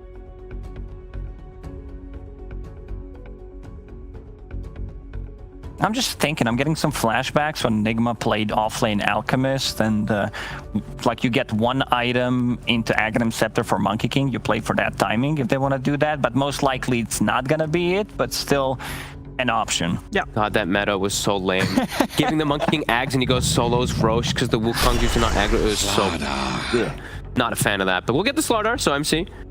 They have a BKB, they have multiple BKB piercing, disables a good lane as well that can match up versus the Jug. I like it because it gives them, like Roche, there's so much minus armor from pretty much everyone on the team. It's gonna be Alchemist. It's super greedy lineup. Like your Slardar as a hero, he doesn't come online fast. Warlock as a hero also like doesn't provide you with much. They need levels, but can they run at them with the lineup? Like with Keeper of the Light, they could potentially, like Keeper of the Light, Jug, Enigma. Super great, like bottom lane Slardar plus Snapfire. You can get away from Juggernaut Spin with the cookie. You can bash him, like sometimes you can turn and fight. Crystal Maiden, she needs to be super careful about her positioning. Like if she's one step too close, cookie stun, she dies. I'm super curious about this mid. I've never seen the Alkin mid lane anymore, especially not versus Coddle, so really curious how that's gonna go. He's gonna try to outgreed the Coddle. I mean, it makes sense. If Keeper of the Light is pushing the wave, that means all the creeps are coming to your tower, and then you're just gonna free farm it, and then you get extra gold from it. I guess. So we're kind of in agreement that DGG, they don't have a bad lineup, but they are a little bit on the timer. Definitely. I mean, it's a really strong lineup that scales for Enigma Galaxy. So they gotta see if they can set a very high tempo, which they have the heroes for, so they could potentially do it, but they do have very specific way of making this game a tie, making this series a tie, because so far they one game down. If they lose this one, they lose out if we're gonna have a game 3, or if Enigma Galaxy remain undefeated. We're heading over to OD Pixel and Teacup. Thank you, Steve. Yes, ladies and gentlemen, game 2 here of Enigma Galaxy versus DGG, and we're getting a Male Alchemist coming out to, you know, a bit of a classic from sort of days gone by.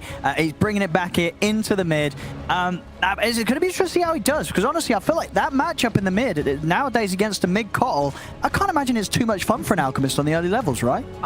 Yeah, I feel like the blast, it's going to be pushing it in, but I think the counterplay that they're looking at is the fact you're going to be able to acid spray, pull the wave potentially to that small camp later on when the wave is actually being insta-killed. And it's all about the farm efficiency. Already see here, a bit of first blood action, chase them down with Blade Fury. Enigma Galaxy, they want to get back involved in this. As they chase back up to the high ground there, but they just catch out the CM. Oh, loading there, caught on the front lines. Is going to be first blood for Samael. MTD to value. 666 That's what the blast as well after.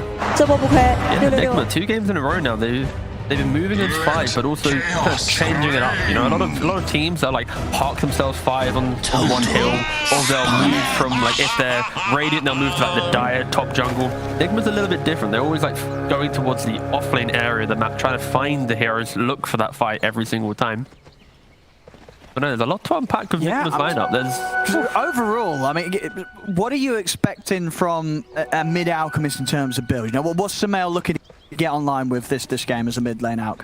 I mean, I feel like in this game you probably could be a little bit more active. You could go for the armlet into Link Dagger style, so you're trying to get a bit more armor to tank up from that potential Omni Slash from the Juggernaut. You look for the fight, you join in. I know in regards to like Pro Tracker and seeing pubs, everyone's on board the phase Radiance train to then Blink Dagger. I think there might be a little bit.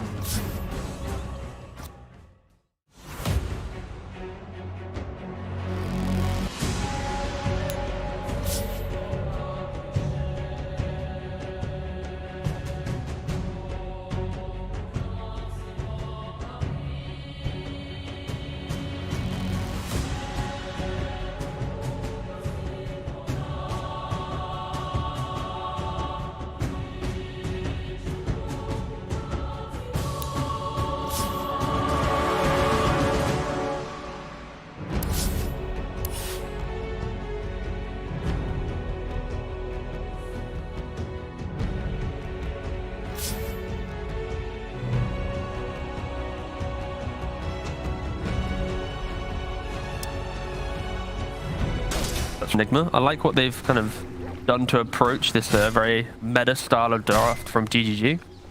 We're going to try and make a move bottom with the Blade Fury. There's enough to take down Mind Control. He's going to be able to put the 1 charges. That'll keep him alive. Loading. He's got to be a bit careful. He's going to get right clicked out of the lane by Corona. Okay, Mango popped. Another nuke comes out for Loading, but Loading still goes down. 1 for 1 on the bottom lane. Meanwhile, up top, Miracle, who's able to take down MNT. Yeah, I mentioned about the kill threat. There's now this top lane with Monkey King and Snapfire. That's a way more potent lane, and also the benefit of this lane is you get to kill off the Eidolons. If they come to lane, sure, they have a bit more magic resistance, but with a Cookie, with a Snapfire, with the Primal Spring of the Monkey King, you're going to be able to kill off the Eidolons, actually apply some pressure. So right now, Enigma, they've kind of set up their lanes to make sure that they get the most out of everything. Whilst, you know, DGG, they kind of went for a more standard approach, and their draft is a little bit more standard. They need some items, they need a bit more time to come online.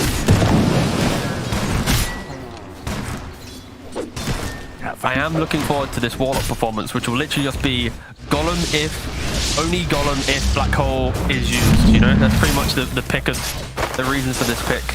On top of this extra might get a kill down here, Kuro. Oh, he's going to be covered by the crush of... Even turns around for a click, yeah, they're ready to bow back. He's got the Fatal Bonds up. Oh, let's see, and you're so no. Really wanted to fight that. I think that was even, what, sort of 2 mangoes popped before death there, T? Hey, he chugged a lot of mangoes. That's a lot of mangoes down the drain there. Yeah, it's a little bit more different lineup from DG this time. It's going to be a little bit more slow paced. You don't have that kind of explosive mid-game team fighter like the Mars or the Pangolier like the last game. It very much is more about static farming your lane, potentially getting a kill, be it the CM jug lane. That's not happening right now, and it's all eyes on MTD. He was, you know, godlike in that previous game, didn't die too often. It's harder against Jug, mate. He's going to go down. He's looking pretty dead here. Already found him. Mind Control kills him. They're getting a good amount of kills here in these lanes, Enigma Galaxy. 5-1. How annoying. Samael in mid lane, he just got the concoction, was like, nope, you're not going to be able to blast this wave. I kind of see this Alch matchup somewhat like the old Morphling v Alch mid lane. Because back when Alch was a thing, people would pick mid Morphling because Alch doesn't apply pressure, you both trade farm, but the Morphling just thrives. And this is now this kind of inverted option where people are like, sure, you apply pressure with blasting the wave, but you're not really hitting the mid hero. And Alch can just naturally sit back, wait for the wave to come in, and then quickly farm it himself and get more gold than what the Cuddle can. So they're equally as farm efficient. And I would pip the Alchemist for just mid-game dominance because you naturally will buy Blink Dagger for the gap close. You get tanky that you don't die to the Cuddle throughout the game. Sure, there could be elements of being kited with the Solar Bind, but no, I think overall it's a creative way to deal with the Cuddle. You're just out-greeding him pretty much and scaling a lot better. They are ready to try and fight again down on the bottom lane. And we've got the Mangoes ready to pop here on loading. He's picked up some more. He wants Plebs hit the 5, has that third point of the Blade Fury. With a good time to go. See Mind Control with that lifesteal. I mean, sort of between that mask and the heals of Kuro, he's going to be pretty much sitting at full HP consistently. It's difficult right now. This Jug doesn't really have kill threat. And GH preventing M&T from entering that fluid state of the game, which is just idle on jungle, get farmed, become that aggressive pos 4 that has a Blink Dagger by, you know, minute 13 or whatnot, or even start moving towards the Wraith Pact. I'd argue in this game, Wraith Pact might be the better option. There's a Snap Fire in the team, so it feels kind of clunky, but your Black Hole isn't going to be doing much if this Warlock is disciplined. How he uses his Eric offering. Oh, for sure, yeah, it could be a very tough game for MNT. Yeah, Samao rushing the Radiance here. Look at, so he's going Radiance. I mean, after the start he's had, and the fact that there hasn't really been any pressure, the stacks have already been made in the jungle, GH coming in to make another double. Yeah, it's going to be fast. Yeah, this is perfectly fine. I think if the lane was a little bit more difficult, or at least people rotated on him, then he might be looking at Armlet Blink and being more active, but with how steady and methodical this early game has been for him, just focusing on the neutrals, he can probably greed it up. Absolutely, absolutely. I think personally, Radiance is just one of those items that on pretty much most heroes it just feels bad, but because of that ability to get it, you know, accelerated on an Alchemist, it very much is still top tier for Alchem. And Samel, as I say, he's on track to get a good Radiance timing if he continues to get this amount of free space around the mid area. Double vision here, actually. Really wants to be able to find a smoke gank onto this Alch. Again, they don't really have the heroes that are going to suddenly enter this jungle and go, ha, we've got you out. Other than maybe Keeper Alight with a CM potentially, or even the Manifest of the Enigma. It isn't going to be too clean of a kill. I mean, can anyone else sort of come over here to try and slow down Samel's early game before this Radiance? Or is it just not, they don't have the resources? It's just MTD. He has to be able to illuminate the wave down and put some pressure. At bottom lane. They finally get the kill. That is so important. Yeah, it's all on MTD to try and snipe him away. I mean, Miracle wants to fight. MTD's going to die. He's looking very, very dead here, surrounded by the three of them. That's MTD. I was thinking about chasing up there, but not quite having enough power to burst through. Would have been able to set up for another blast in a few seconds, but with the stacks already being taken, to make sure he doesn't miss out on the creeps in the mid. Heads back over there. The bottom line, Mind Control might have gone down, but he has got that Mask of Madness done, so it is very much ready to stand his ground and punch back. There's a Mango and an Omni Slasher at the ready here for Pleb. He still can get baited here, where if he comes in with the Mask of Madness activated, then gets frostbitten, so he can't click, and then you have the Enigma come in. Oh, top lane only. He's going to get in on top of Miracle. Oh, yeah, died to try and take Miracle away from the two of them. See if MTD's able to chase him. He's into the trees. He'll turn. He's actually going to get caught by the blast. Miracle. It's been found there by MTD, and bottom lane, here's that Omni Slash. It's going to get split between the two with the Shadow Word. Mind Control's able to walk it off. Some nice moves there from Kuro. Will save Mind Control. In fact, it will save himself as well. Pleb's not able to quite put it on. Tamel comes in with the rotation, concocted into the acid spray. There's nowhere for Pleb to run, as Tamel picks up more money here, which is going to push him very close to having that relic done 8.5 minutes in. Oh yeah, Tamel's having a great time. You get to play Alchemist. You've not lost your tower to early rotations because they physically can't. They've not really stopped you from farming jungle. Sure, there's vision there. You're just cleanly walking throughout the map. Yeah, and an easy gank, TPing bottom to kill the enemy carry. Oh, yeah, he's going to be one of those games. How do you stop him? And what do you reckon? So with the Radiance, are you just sort of going Radiance BKB, or is BKB sort of falling out of favor for the rush starting timing on and out because of the nerfs? Or? No, I feel like the BKB is still perfectly fine, but realistically it's going to be Radiance into Blink Dagger. You think that with your Monkey King having any active style of item, we've seen him go Diffusal or Echo. Women. MNT might be in trouble here. Just giving Sumail another kill. He is. He's going to give it to Sumail here, GH. Keeps MNT interested long enough for Sumail to step over. He's 500 gold away from the Radiance. This is an absolute rough one, and it's kind of beautiful because the Slardar absorbs so much focus in the bot lane because he does counter the Juggernaut. But even if they are to kill him here, this is the valuable time that is preventing the DGG from entering the jungle, from preventing it out to hit his timing, was giving Monkey King a way to play his top lane and not be under that kind of chip pressure of the Enigma Centaur. So it feels good right now that you're getting these side lane kills, but yeah, unfortunately it's constant threat of the old farming alchemist. It's something they're going to need to find a solution to for sure. There we go. Basically 10-minute Radiance here for Sumail. Very good timing. That's pain. Oh, God. Don't do that to us, he's boss. teasing. Yeah, he's teasing. We heard it. You know, thing about Warlock in season 1 or tour 1 of our DBC in all regions, it got picked 4 times. In tour 2, in all regions, got picked once. This hero is very much dead, but now alive. It's coming back with the changes, yeah, with the Salve situation. But there we go, nearly a minute faster than the patch fastest, and that's out of a fair 63 matches. Yeah, I think some teams might be looking at this mid-cuddle v mid-out situation and realize that keep the right heroes to punish the out. Walks top and doesn't get the kill this time. Miracle gets it. He'll let Miracle have that one. He stole 2 creeps actually. Yeah, he's happy. Happy days. Oh, sorry. Acid spray. It's your own fault, Miracle. You should have clicked them. But yeah, it's Sumail, I think he's going to be feeling pretty chuffed with himself here. He's getting a 10-minute Radiance, also making rotations, 0-1, and you're finding Mud Golem camp. Everything's on the up here for Sumail. No, this is actually terrible for Enigma. This is the downfall. What's he got? No, because Sumail starts farming, likes it, then he wants to be carry, convinces Miracle to go to mid. Then we have the whole Enigma scenario again where Miracle's on mid and Sumail's back to carry. And it's the classic Enigma thing, so they kind of need to lose this game if they want to, get to TI. We're going to have the Golem dropped. He's going to try and take down MTD. He's out to the side of the Shadow Word should finish him off. He's down. Lodine.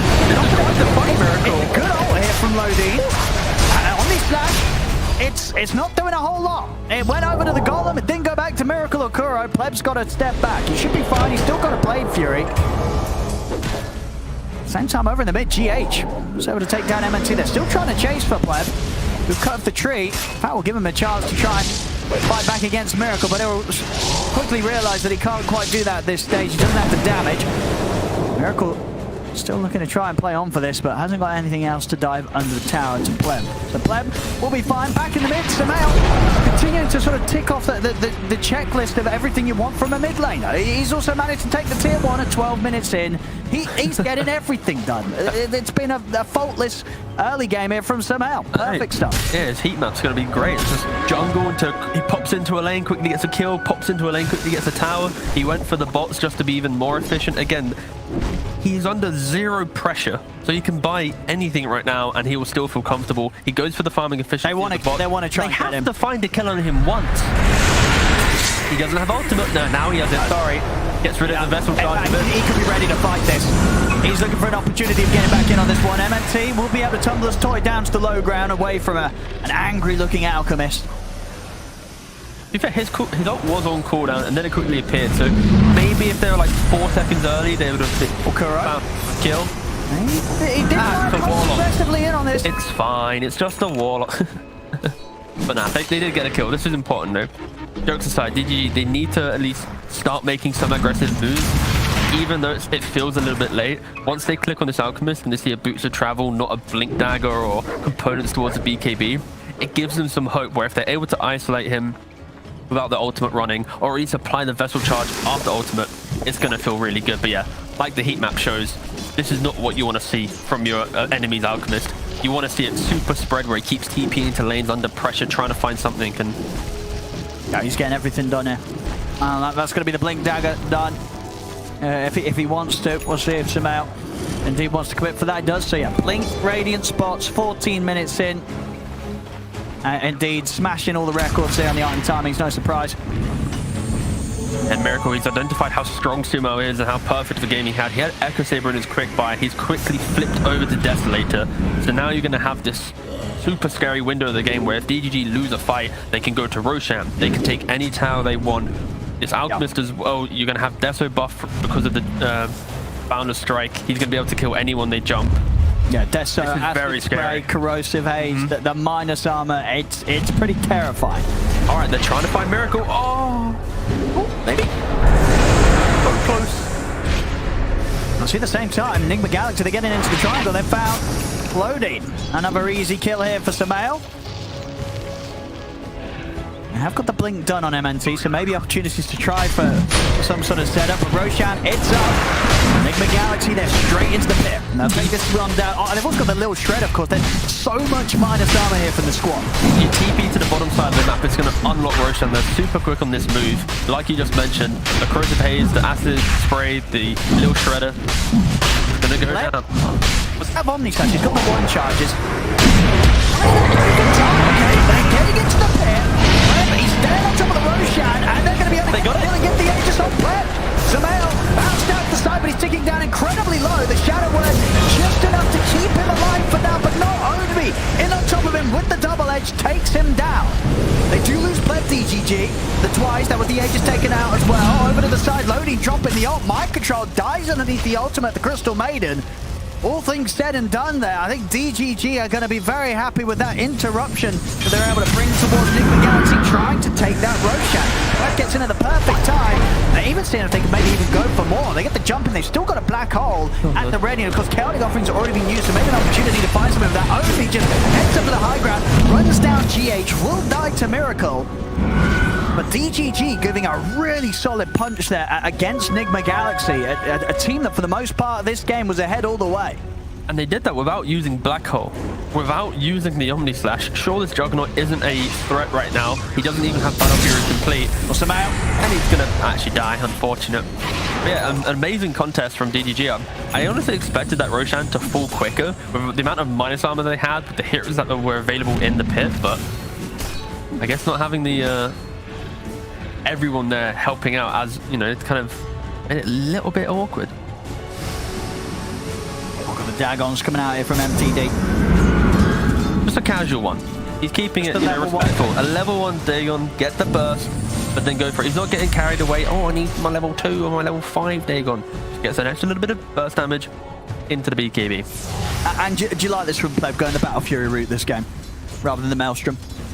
Unfortunately, it's the whole, you're against an Alchemist. If you go for any other item, you're going to be outscaled. Yeah. And even if you want to fight at 15 or 20, at 35, it's going to be 3-4 items. And bottom lane only.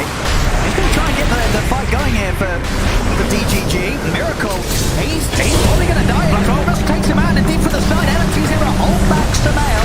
Will give MTD a little bit of a chance to fight, but no, the kisses still take him down. Samael, he'll pick up another, and he's ready to charge in under the tower to look for more. Concoction over towards Omi. Pleb has turned up though. Now will cause Enigma Galaxy to back off. They know the Pleb is going to have the Omni Slash ready to go. He'll turn, use it on Samael, because Samael pretty tanky with the Chemical Rage and the Shadow Word. Indeed is able to casually walk off the entire Omni Slash. Oh, correct. He doesn't really ping. He doesn't really, you know, use anything, but he just does a voiceful, okay. Yeah. Juggernaut v Alk is very much... Alk is stronger, up until the point where if Juggernaut Omni Slash and do kills... He's ready for more. He's going to get the jump in onto Lodi. He's got BKB coming out as well. Like, there's nothing stopping him. This is the window where Alk loves playing into Juggernaut. Like, later into the game, sure, a 6-slotted Jug with an Omni Slash on an Alk. Alk can't really disconnect from that getaway, but... Look at this again here. Samael, barely a scratch. And look at that. Oh, the OK as well. Okay. Yeah, DGG, they need to be super careful, because even if Nigma like gives away this Roshan, right, it's not going to stop them. They're going to, oh, we have to wait this out. They just keep going. They have this out. They have like multiple fights that they can throw away and still feel like they can enter the game. The poor Centaur is going to get picked off. Good catch in the trees there, Miracle. Able to spot him out. See at the same time in the mid. Enigma Galaxy maybe thinking about getting a jump as well. Samael. Emity's very dead. It's nice blink. I said that to keep him alive, by the way. That's a lot of money. Clears up the whole army. Oh, Pleb? Run away, boss. You don't want to be there. They've got, yeah, thinking about dropping a golem here, Kuro. He's about to try to get concoction underneath his hat. He won't. He has got PK ready to go. Golem's going to be dropped. Gives him out chance. Get the PK up. He's ready to turn. Pleb just gets destroyed. Still, of course, not ready for these fights, Pleb. He needs time, he needs space, and Sumail just ain't giving it to him. We get to the point now where Sumail's nearly double the net worth of some of the cores of DGG. Yeah, the Juggernaut needs at least 2-3 items to even feel like he wants to now over to them in. They're on top of MTD. The two-man concoction is there. Loading's getting... Is it enough damage? They have taken out the Snapfire, but that will be that.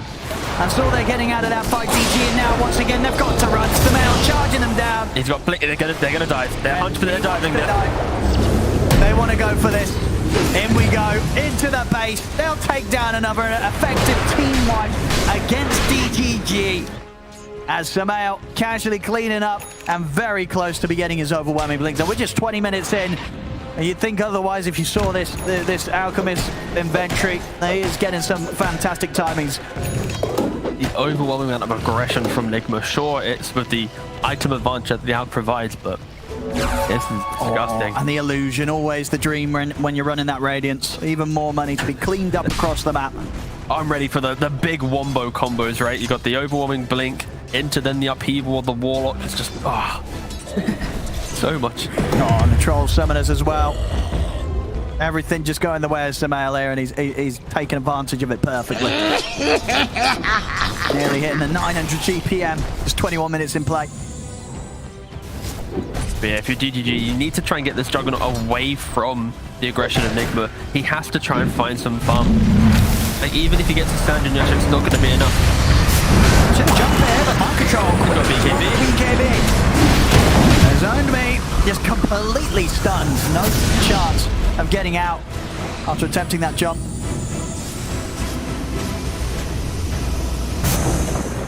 Pleb, yeah, desperately trying to find his farm, but it's so hard to do. Enigma Galaxy taking over the map. Loading. Oh. Well, got through the cook is going to break in the tree. The Miracle trying to jump onto. That doesn't look like it'll matter. Loading is still very dead. And these are the games where Warlock's going to look absolutely banging, right? You get your shard, the extra move speed, the heal, playing with your team. There's 4 points upheaval. You don't max into your fatal bonds. You sit back. They don't have BKBs available. They don't have heroes that punish the movement. Like, this is going to be a game where people are like, oh, wow, Warlock is a hero. But then you have to unpack the fact that there's an Alchemist, the aggression, the lead that they've built, the fact that they're not playing from behind. Good old Dota. When you're ahead, anything is good. I do hope to see some more Warlock though. The hero hasn't had enough screen time in the last, year. And why would they lead the triangle? There's no reason. They're back in there. Or DGG. So DGG, they're going to try and get the jump towards Miracle. Pretty low. In fact, they've taken him out. But they've lost two and Sumail. He's ready to run down the back lines. MTD and Pleb, the last two left alive, but they're going to get chased out of this. As MTD will try and juke his way through the trees. Sumail is going to have another concoction in a second. The Radiants continue to burn down MTD. That's MTD gone. Only Pleb able to make it out alive. Damage in that fight is incredible. Like, Warlock did 2,000 damage. He did equal damage to pretty much everyone else in that fight. 4-man got him into bonds, upheaval, outblinking into the middle of it. Yeah, it's a disgusting amount of damage right now from Nigma. If DGG show, they're dead. That's pretty much the name of the game right now. Come forward. He goes wherever he wants. He's nearly got his AC too. And that's what made this jungle work. 23 minutes in. What's the GPM? He's got to be close to the third. He's over 900 GPM easily, right? Let's have a go. Oh, yeah, 950 GPM already. Will he be able to break 1,000? I think he will be hitting the 1,000 before the game ends. Yeah, unfortunately, he's done a bit too much fighting to get the bigger numbers. Still room for improvement for sure. Yeah, that one diff I saw as well. Yeah. That was the GPM quite a lot. There we go, the high ground push. What can they do to stop this? They need to try and get behind this aggression from Nigma. They need to try and skip the wave to then force them to be standing idle here. If they don't find heroes, they can't find the fight. Without the creeps, they can't hit the buildings. That's the type of thing you need to do to kind of at least prevent this game, or at least stall out this game for a little bit. And finally, we've got this Juggernaut away from the fight. He's now in the enemy jungle. He's wanted to do this now for like the last 10 minutes. Yeah, we see the shard on the wall. But he's in. He's in straight on top of MTD. Really nice smoke just to jump back into that. Just don't have the right heroes to skip the waves and to make this game so uncomfortable. Okay, I mean, sure. There's literally nothing else they can do on the map right now. Too quick though. They might lose their ancient by the time they get It's looking like it might go that way. All right, no, this is the biggest. They're not doing this Roshan time. We need a split screen. Roshan be ancient right now. There we go. Be close. Okay. They're not going to get the Rosh. If they get the Rosh, they might just win the game. Yeah, but they're not. The game could be bugged. Slow is taking them. He's not doing this. He's got to get back. He's got to get back. That's one tier 4 down. Control. Ready to go right up towards the fountain here. MTD back up now. Hold back on towards mind control, but still holding back on the commitment of the Omni Slash. Samael, he's looking to close the game up. He's got the AC done. He jumps over towards MNT. That's going to be him out. They do have buybacks here from DGG, and they'll probably need to use them. They want to try and find a fight over to the side. They'll get him with the Omni Slash. Mind control, he's going to be able to walk it off though. BKB pops, he's out the side. Loading goes down. He'll buy back. Nigma Galaxy ready to start farming the kills. Up into the fountain. Plebs out. No buyback on him. Sugo has over 1,000 GPM right now. He's trying to hit the Ancient so he can get it. 1,003 GPM, 1,002. Let's see. 1,001. 1,000. It's different. No. Okay, he has to get some kills. These kills will keep it. Oh, 999. GG's called. Did he fucking none? Under 1,000. 996. Very close. He was on the edge. I'm sure he'll probably still be happy. This was rather a good game from the lad. Samael